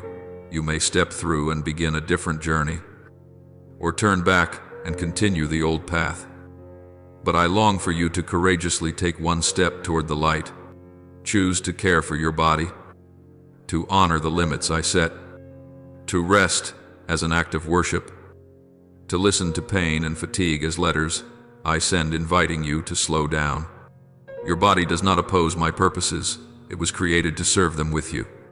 When you cherish it, you are preparing a durable instrument for the good works I have already prepared for you. Every choice you make today quietly shapes who you will become in the years ahead. I do not force you onto a path, for I love you enough to honor the freedom I gave you. But I love you enough to say clearly no choice is neutral. Either you build or you dismantle. Either you guard the temple or allow it to crack through repeated small things that don't matter. You may continue to treat your body as a disposable object, or begin to see it as a treasure to steward wisely. You may ignore gentle reminders, or open your heart for me to guide you step by step into a new journey. The future does not simply fall upon you. It is woven from the fine threads of daily decisions. And I want to weave with you a future full of life, not one fractured by neglect of yourself.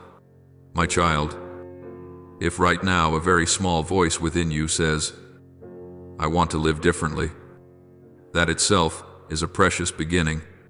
That whisper, placed in my hands, will grow into a renewed heart. You do not need to shout or prove anything to anyone. Simply tell me quietly that you want to honor your body more, to end the self-eroding ways you once called normal.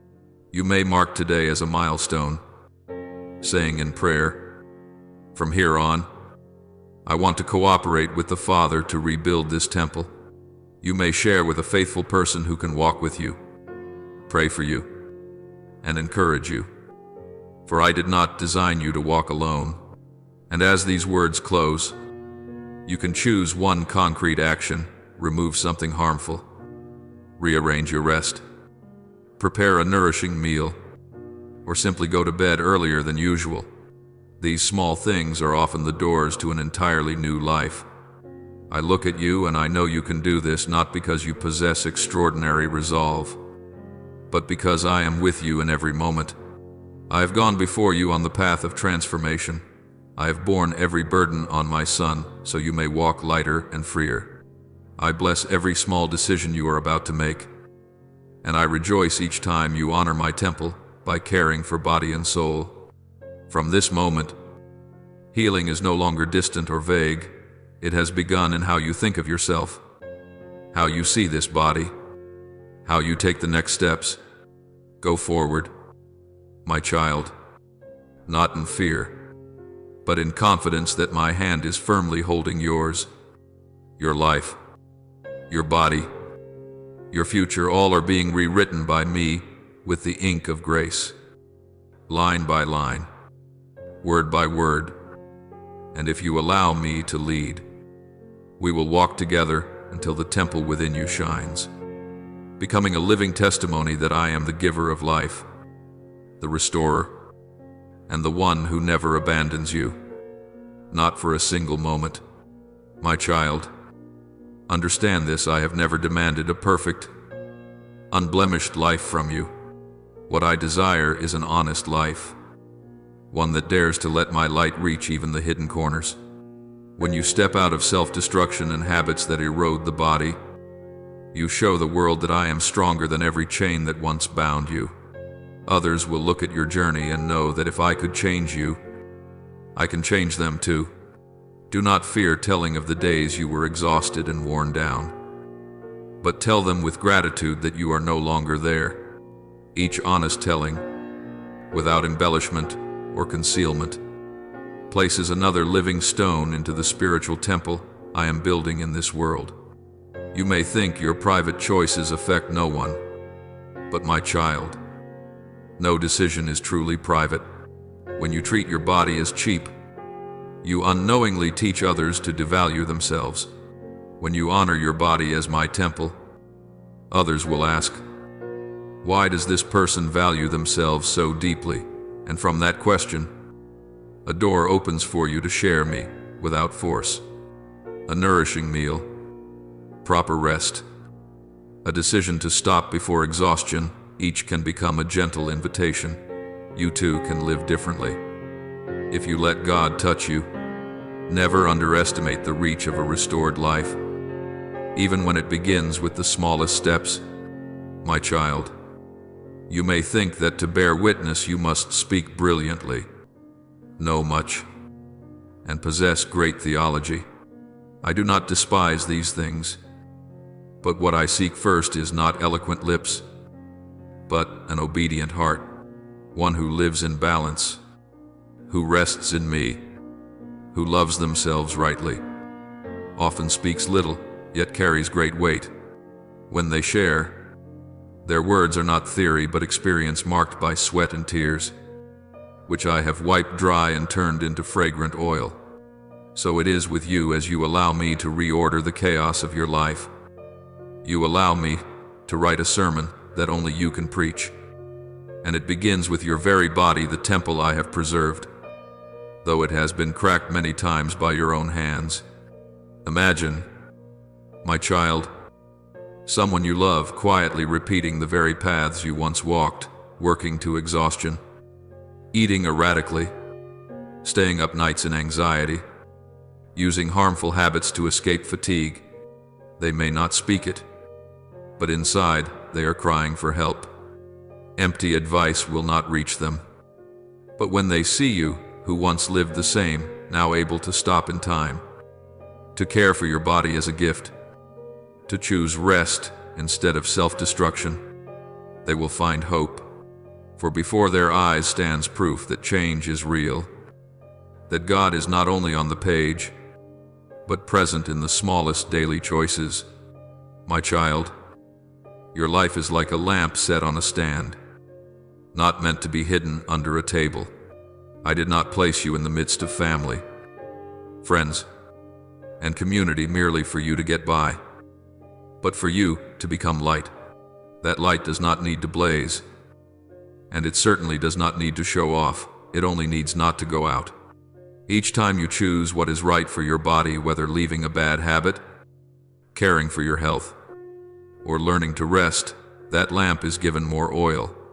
And when the winds of life blow, others will see in you a peace steadier than circumstances. Right then, you are doing the work of bearing witness, sometimes without even realizing it, simply by being yourself in the restoration I give. I know there will be days when you are still tired, still stumble, still stay up too late, still feel old choices return to pull you down. I am not surprised, and I am not disappointed by that, because I understand you in a way you yourself cannot fully understand. What I gently invite you to do is not to quit because of a few failures. A true witness is not someone who has never gone wrong, but someone who, even after falling, returns to me so that I may lift them up, cleanse them, and keep teaching them how to live rightly. When you are weak, if you run to me instead of hiding from me, even those moments become part of the story of restoration that one day you will use to comfort other hearts. My child, I want you to remember this: your body, even when weary, is the place I have chosen to dwell. When you care for it, you are not merely maintaining your health, but restoring the temple to be worthy of my presence. A temple that is clean, full of light, and carefully kept is always a place that draws weary souls seeking shelter. In the same way, as your life is gradually put back in order, more regular sleep, a gentler rhythm, a mind less chaotic, those around you will feel safe in your presence. They may not know how to explain it, but they will sense, being near this person, my heart feels more at peace. And that very peace is a gentle introduction to me. I also see the tears you hurriedly hid when you felt unworthy to do anything for me. You thought, can I really become a witness, Lord? And that question made you shrink back, afraid to step forward. But, my child, I do not choose by the world's standard of perfection. I choose cracked jars so that I may pour my glory into them, so that anyone who sees will know it is my work, not your own strength. If you wait until you feel completely okay before you dare to testify, you will never begin. I want to use even your unfinished journey, small changes, uneven steps to show others this: I am patient, I am merciful, and I walk with people through every stage, not only standing at the finish line. Practice retelling your life story in a new tone, not the voice of complaint, and not the voice of pride, but the voice of gratitude. Tell how there were times you wore down your own body, locked yourself inside wrong choices, but also tell how I did not abandon you there. Speak of evenings when you were so exhausted you could only whisper a short prayer, and then the next morning you woke with a little new strength you could not explain. Tell how you learned again how to eat, how to sleep, how to stop, how to listen when your body cried for help, not because you had strong willpower, but because I gently led you. When you speak like this, you become an honest mirror for others. They look and see that if I reshaped your life, I can touch theirs as well. People can argue with theories, but it is very hard to argue with a life that has truly changed. When someone who once lived recklessly learns self-control, someone who once wasted their health learns to care for their body, someone once anxious learns to rest in me, someone once procrastinating learns to begin what is right, that very life becomes undeniable evidence. That is why I call you not to despise small steps, not to despise caring for your body, not to despise simple decisions like sleeping early, drinking enough water, pausing to pray before rushing into work. All of it, stitched together over time, will form a completely different picture, the picture of one who belongs to me, who knows they are my temple, and who lives in a way that fits that truth. And finally, my child, I want you to engrave this in your heart. This journey is not only a story between you and yourself, it is a story between me and you. And through you, it becomes a story between me and those you will touch. When you allow me to restore your body and spirit, you are quietly agreeing to let me use your life as a letter sent to the world. In that letter, every line is written with the times you fell and rose again, the times you grew weary and learned to rest, the times you were weak and came to me. And when someone reads that letter, their life may turn in a new direction you never expected. So then, beloved child, do not take yourself lightly, and do not take lightly the restoration journey you are walking with me. Your body is not a temporary burden, but the temple I have chosen. Your life is not merely a private story, but living evidence of my love for humanity. Keep walking even slowly, but do not stop. Keep caring for yourself even simply, but do not let go. Keep allowing me to continue writing your story, even when you do not yet understand it all. And one day, when you look back, you will realize every drop of sweat, every tear, every small effort to guard this temple has not been meaningless, because, through it all, I have used you to shine a gentle portion of my glory upon the earth. Do you know, when I begin healing you from the inside, I am not thinking only of you. I always look farther, to other faces that will be touched by the very light returning to your eyes. There are people watching you without your knowing. They notice how you respond when tired, how you choose between giving up and getting up, how you treat your body when pressure rises. They may say nothing, but their hearts are quietly recording that something has changed in you. And that something, my child, is the seed of a living testimony that I am planting through your life. Do not think your story has value only when you are perfect. I have never waited for a perfect person to use, because if I did, on this earth I could call no one. I used Abraham while he was still learning how to trust. I used Moses even though he once ran away and said he was slow of speech. I used Peter, though he denied me 3 times. What I seek is not a spotless past, but a heart willing to let me enter, touch, and repair. When you allow me into the darkest places within you, those very places become the clearest light for others to see. There is something I want you to ponder. People often trust less the advice spoken by someone who has never suffered, but they listen closely to someone who dares to be honest about their stumbles, and then tells how I helped them stand again. When you speak of how you once neglected your body, suppressed your emotions, let tomorrow deceive you, tried blindly to push through, and then you add how I taught you to slow down, to love yourself rightly, to take small steps, to learn to rest in my peace, your story becomes deeply close to them. They see themselves in you, and because of that they dare to believe that what I have done for you, I can do for them. Many times, my child, you hesitate to open your heart because you fear being judged. You fear they will think you are weak, lacking faith, or not living well enough. But I see you differently. I see a courageous child, willing to bring fractured parts into the light so I may heal them. Darkness only has power when it is hidden.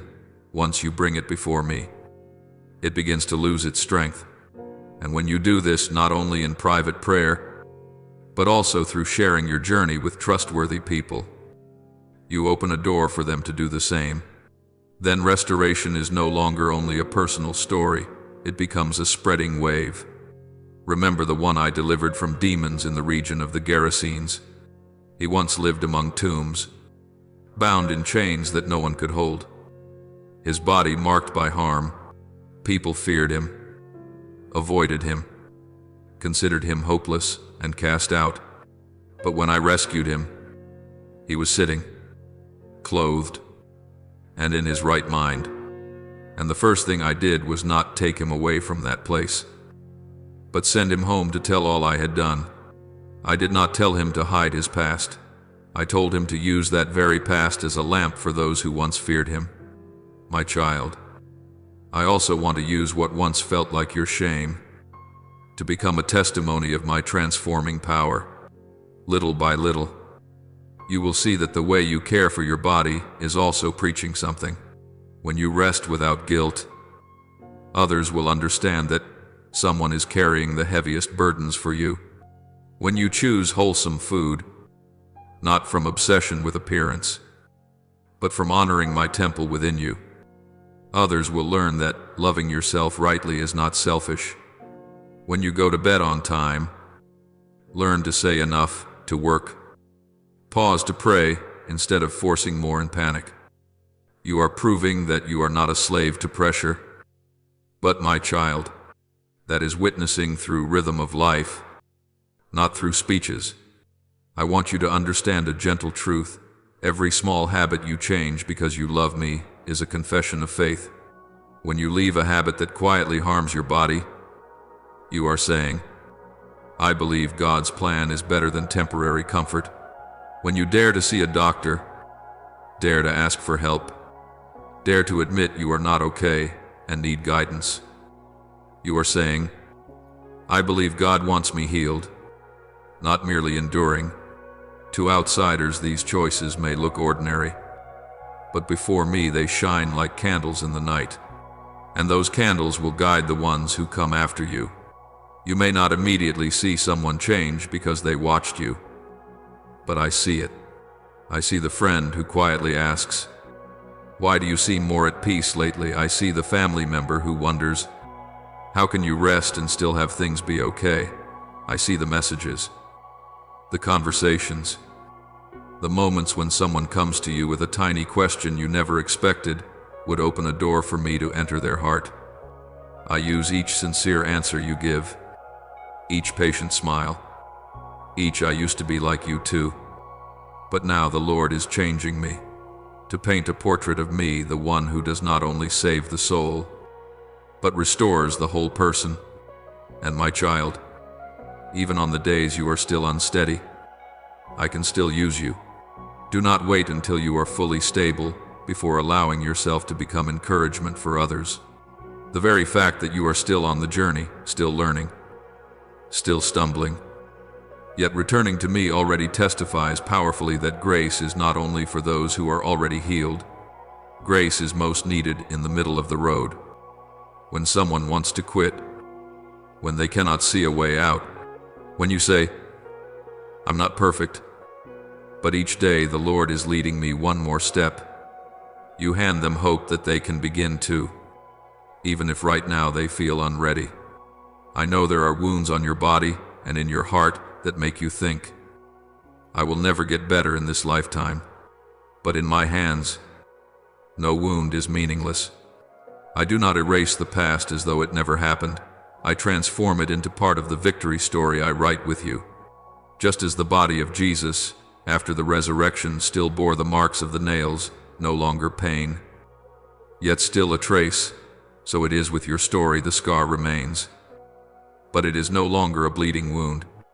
It becomes evidence of love, of protection, of the times you thought you were finished, but I lifted you up. And through those marks, others will recognize that a very gentle hand has touched you.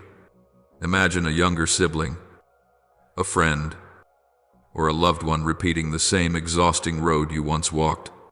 They stay up late, work until they are drained, eat carelessly, abandon body and mind, thinking it is the only way to survive. I do not want you to stand by in silence. I want you to draw near, not with judgment, but with the compassion of one who has been there. You can say, "I used to be like that too, until I realized my body is God's temple, and if I keep grinding it down, I am hurting the one who loves me most." Words like that, joined with real change in your life, will be stronger than any sermon. And my child, when you allow your life to become a witness, I do not only use you to lift others, I also use others to keep you standing. When someone tells you, "Seeing you change gave me the motivation to rebuild my life," that sentence becomes a gentle reminder on the days you want to give up. You will remember you do not live only for yourself, but also for those searching for a reason to keep going. I let my children support one another, remind one another, walk together. No one must be alone on the journey of protecting the temple I have placed within the body. In time, when you sit and look back on the road you have traveled, you will realize what is most precious is not how strong you once were, but how you allowed me to go deep into your weakest places. From one who once wore their own body down, you will become one who treasures every breath, every peaceful night of sleep, every moment of calm. From one who once delayed what was right, you become one who learns to begin quietly. From one who once thought healing had to be something grand, you become one who is grateful for the smallest steps I lead.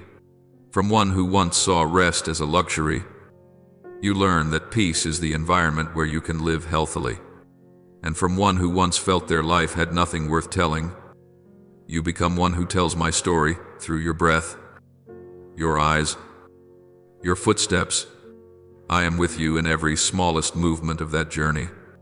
Wherever you are, still used to wearing yourself down, just realizing the trap of delay, taking the first steps of healing, or beginning to taste peace, I remain patient and do not leave you. Each time you choose to return, even faintly, I receive you. Each time you choose to love your body a little more because you know it is my temple, I rejoice.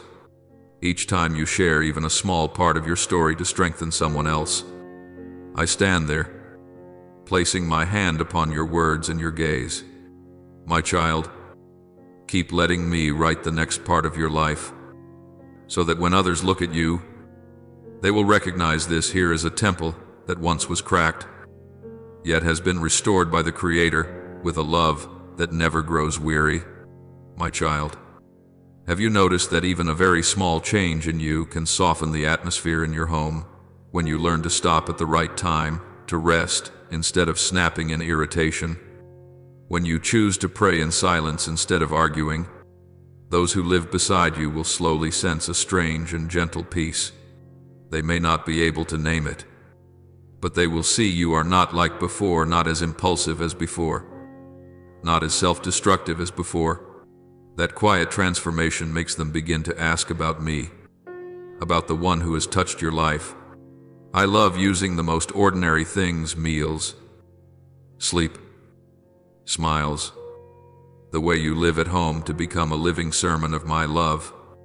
One day, when you step outside, go to school, to work, or simply meet your friends, your life is already quietly preaching.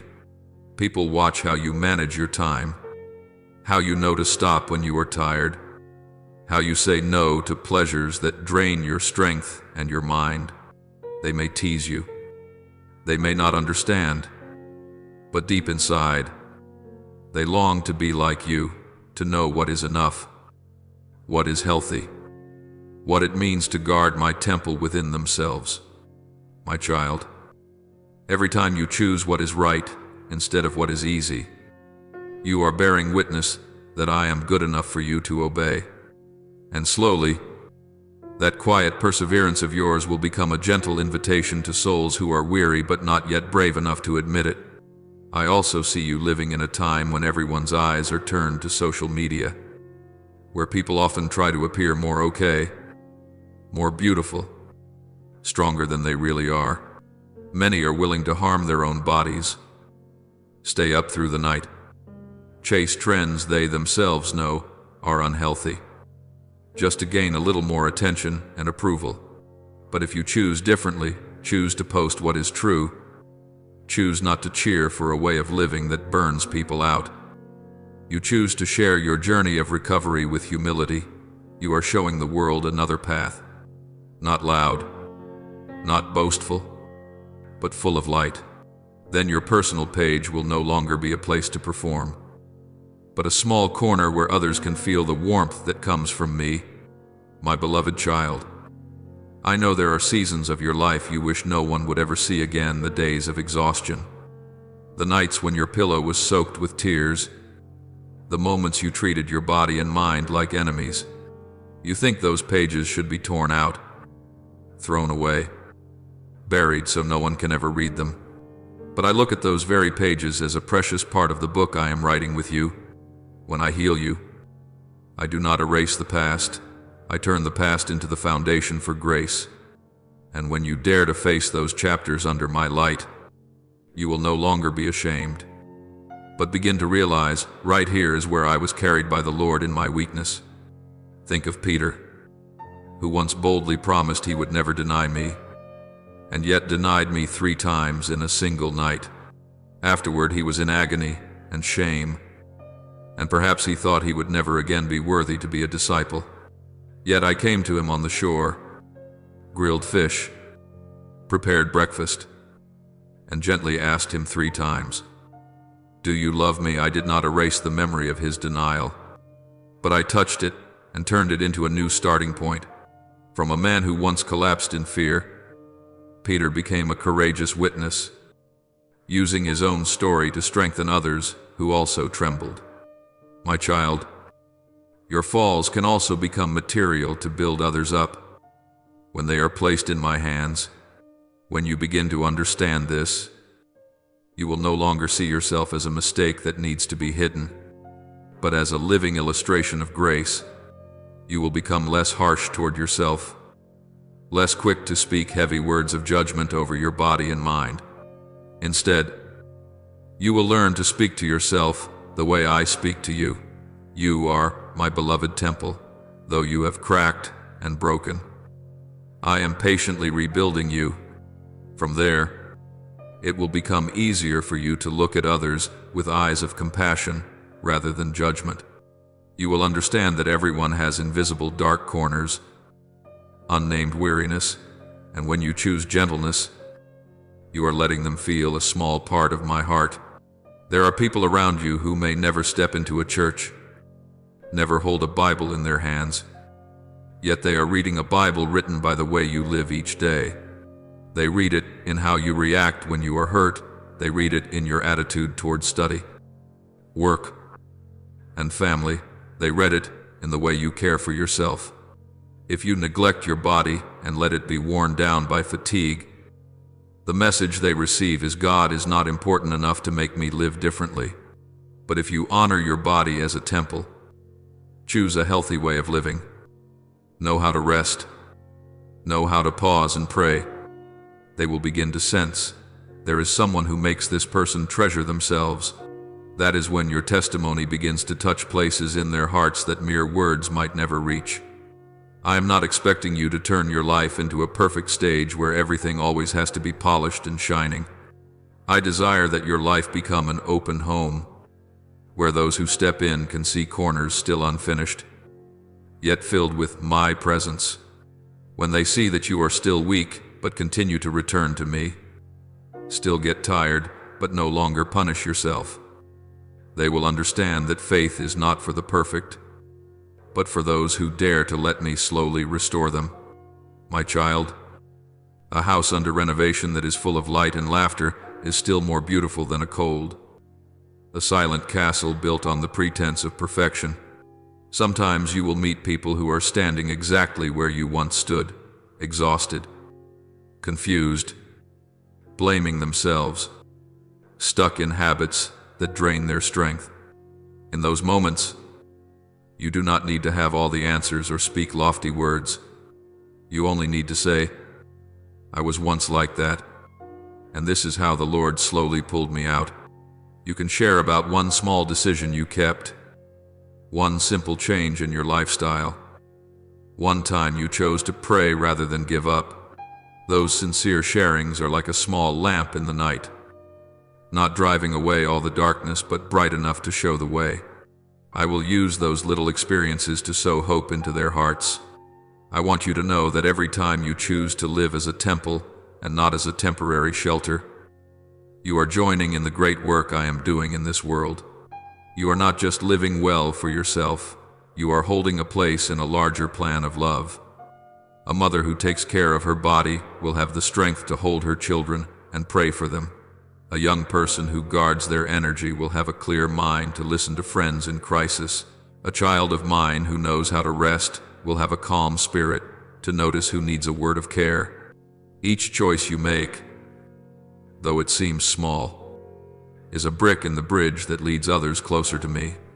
My child, do not be afraid that you are not good enough to be a witness. None of my saints started from perfection. They started from a very small yes, and I did the rest.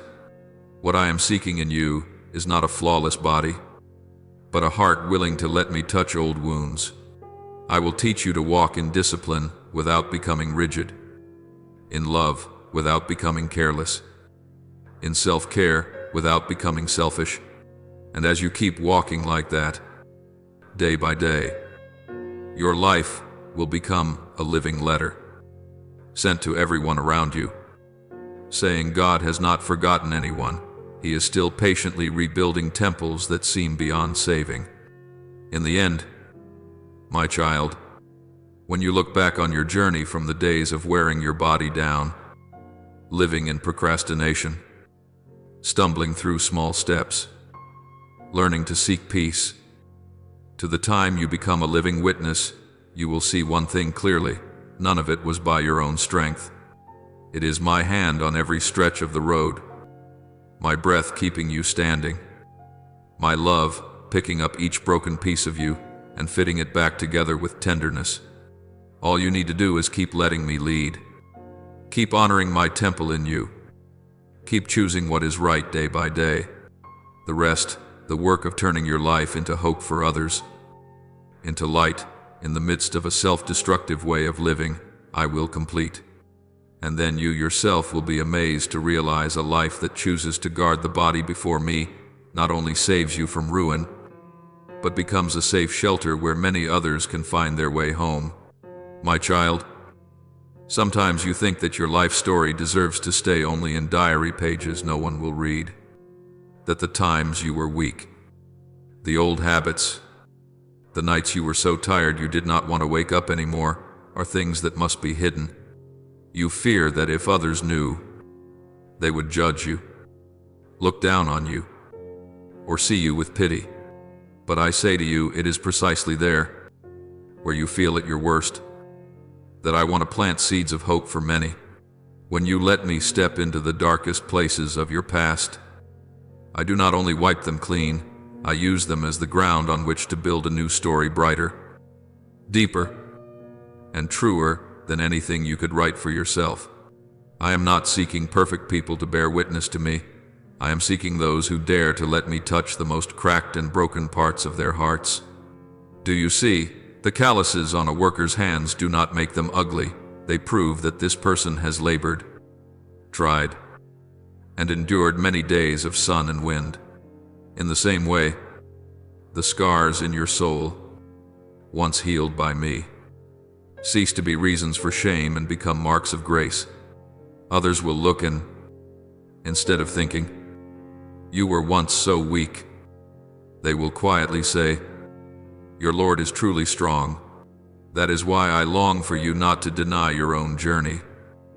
No matter how rough it has been, there are days when I see you standing before the mirror, seeing only the tiredness on your face, the dark circles under your eyes, the signs of exhaustion in your body. You blame yourself, or worse, you ignore them, pretending they are not there. But my child, each of those signs is like my gentle knock on the door of your heart, reminding you that you were not born to live in just push through another day mode. I did not create you to become a shadow of yourself, only walking, working, then collapsing. I created you to live with strength, with meaning, in connection with me. And when you begin to see your body as part of my plan, not as something to be forgotten, you have already begun to allow your life to become your first testimony. Try to remember the times you saw someone live in deep peace in the middle of a storm, and your own heart was comforted simply because you knew they existed. That is exactly what I want to do through you, to make you a living letter to those who are in despair. No printed words, no headline, no loudspeaker is needed, only that you live a little truer. Be a little gentler with yourself. Remain a little more faithful in small things. When you choose not to stay up late hurting yourself anymore. When you decide to eat more sensibly. When you allow yourself to rest. When you return to simple, nightly prayers. All of these are sending out a quiet message. The Lord is restoring my life. Your family, friends, and colleagues will notice that, even if you never say a word. I know there are places of hurt in you that make your chest heavy even to mention. Maybe it is the guilt of having done things that wore your body down. Maybe it is rash decisions, relationships that dragged you away from me, or years in which you despised yourself. You think these things disqualify you from ever speaking to anyone about me again. But my child, you forget that I am the one who turned the cross, a symbol of humiliation, into a source of salvation for all. If I can use a piece of wood for crucifixion to bring new life to many, I can also use the very years you thought were wasted to water other parched hearts. The only thing I need is that you do not bolt the door of your heart. Do not insist on hiding those dark corners from me. When you decide to give me permission to touch the deepest wounds, you will discover something very different. You no longer have to strain yourself to bear witness. Instead, the very fact that you dare to live honestly, dare to admit your weakness, dare to say, "I was wrong, but the Lord is mending my life," becomes a testimony far stronger than hundreds of polished sermons. People do not need a spotless statue of a saint. They need to see a real human being who was once broken but is now slowly changing because I am in their life. And every time you choose to care for your body, honor your limits, and say that's enough to what wears you down, you are showing them that I am the one who not only saves their soul, but also loves the very body they live in. I want you to understand that when I call you the temple of God, it is not just a beautiful title to hang on the wall, but a living reality. A temple is not only for display, it is where people come when they are weary, when they need guidance, when they are searching for meaning. If you let me rebuild the temple in you, restoring your thoughts, habits, and rhythm of life, then those who come near you will feel lighter, more peaceful, more encouraged. They will not immediately understand why. But I do, because it is I who am in you, radiating through your eyes, your smile, the way you listen, the way you no longer destroy yourself. That is how a living temple works, not with loud bells, but with a presence that lets people sense me. My child, I see there are times you think, what if I change and then fall again? What if I take care of my body for a while and then give up? What if I start living differently and others do not believe it? These questions make you hesitant, afraid to take another step, as if unless success is guaranteed, it is better not to try at all. But I am not asking you to become perfect in one attempt. I am inviting you into a journey. On that journey, there will be days you walk fast, days you slow down, even days you stumble. What makes your testimony powerful is not smoothness, but the fact that whenever you fall, you still get up, still return to me, still choose to care for your body, still choose to believe you are worthy of restoration. Remember, I once used Peter, a quick-tempered man who denied me 3 times to become a pillar of the church. He was not perfect, but he allowed me to change him little by little. He wept. He regretted. He was weak, but he also stood up, taught, loved, and sacrificed. His story is not one of a life without falls, but of a man who, each time he fell, ran back to me more quickly. So it is with you, my child. If you fall, do not let shame keep you down. Let me welcome you back, dust you off, and continue riding with you.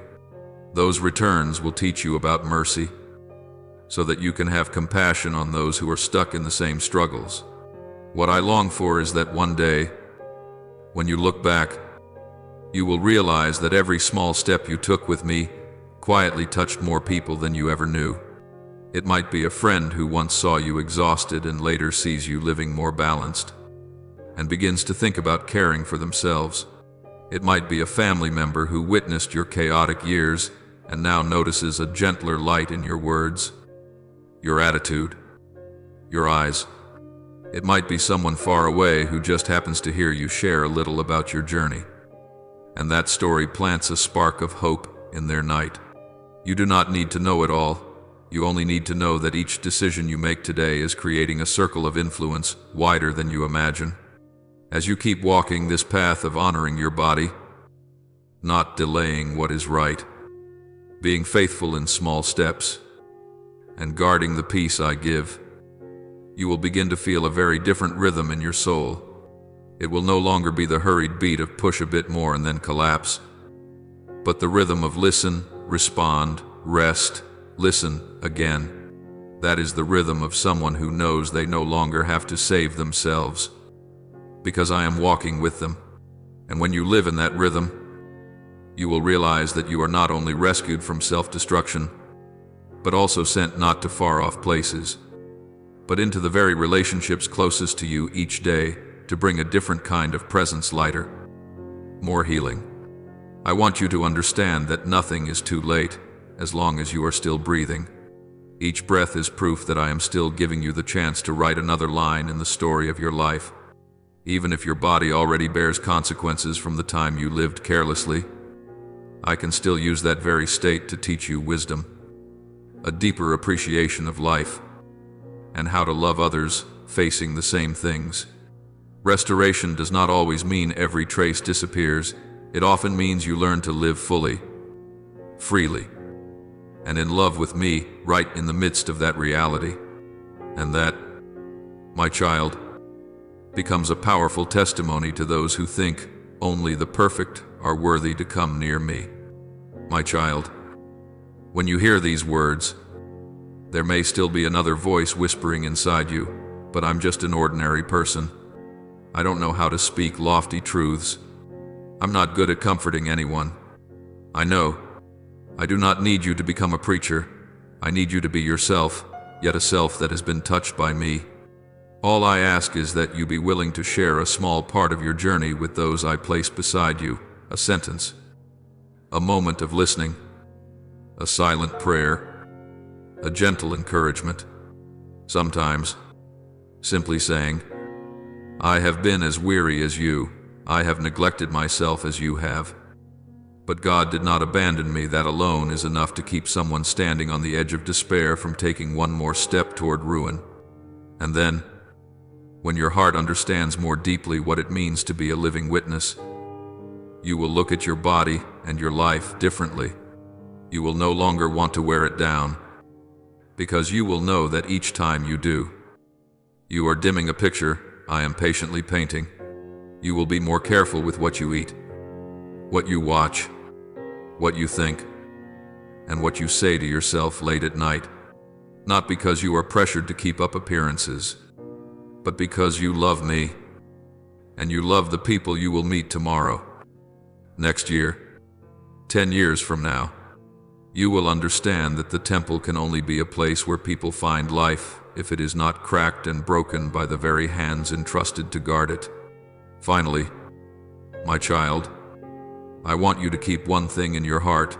I do not expect you to become an ideal in the eyes of the world. I only desire that you be faithful in my eyes. Faithful in honoring the body I have given you.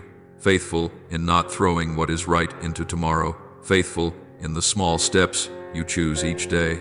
Faithful in seeking true peace rather than chasing noise. And faithful in letting your very life tell the story of me.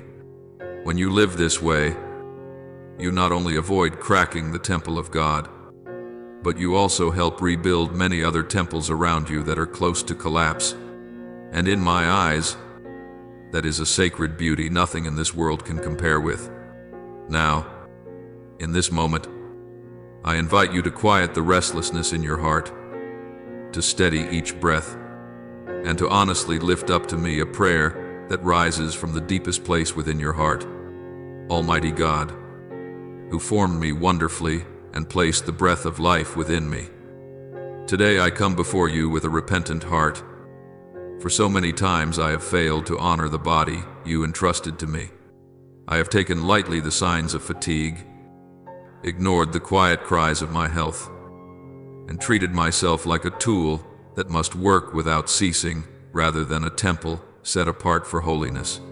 Please forgive me for the times I chose convenience, emotions, and passing cravings instead of wisdom and long-term stewardship. Shine your light upon me so I may see more clearly the value of the body you have entrusted to my care, so that I no longer continue harming myself through old habits. From this day forward, may every small decision in how I eat, rest, and live become a quiet offering of honor lifted up to you. Merciful Father, who understands every shadowed corner of my soul, I confess before you that there have been many times I have used food, drink, and consumption to fill the sadness, loneliness, and anxiety within me. Instead of running to you, I ran to things that only brought brief comfort and then left behind an even deeper emptiness. Father, forgive me for seeking consolation at the table more than in your arms. Set me free from dependence on habits that only make me more weary. Place within me a heart that can discern what truly nourishes me and what is slowly wearing me down. So I learn to say, that is enough, to what harms my body. I ask you to restore to me a simple joy in wholesome eating, in caring for my body with gratitude, and in seeking true comfort in you rather than in anything else. Lord Jesus, Son of the living God, I thank you for coming in a body as frail as ours, so you could feel weariness, hunger, thirst, sorrow, and every limitation of human life. I thank you because through your life on earth, I understand that eating, resting, and withdrawing to quiet places to pray is not escaping responsibility, but part of obedience.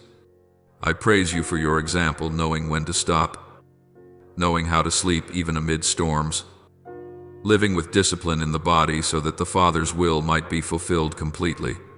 Teach me that each time I learn to care for myself, I am also walking in your footsteps, you who lived fully, in body and spirit, before the Father. May this gratitude never leave my heart, so that when I rest, I am also honoring the Lord of the Sabbath. Sweet Holy Spirit, I thank you for not growing weary of my slow change, but continuing to stir me, convict me, comfort me, and guide me on the journey of restoration.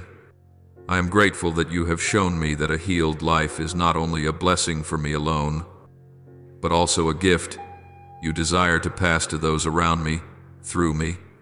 I thank you for choosing to use someone who has been weak, who has neglected their own body, who has lived in delay as I have, and turning me into a witness of your patience and renewing power. Let this gratitude keep me humble, so that no matter how much I grow, I remember it is all your work. May my whole life, how I rest, how I eat, how I work, and how I share my story, become a living song of thanksgiving offered to the Father, the Son, and the Holy Spirit, forever and ever. I offer this prayer in the holy name of Jesus Christ. Amen. Don't forget to subscribe and turn on notifications so that together we can build a strong community of faith.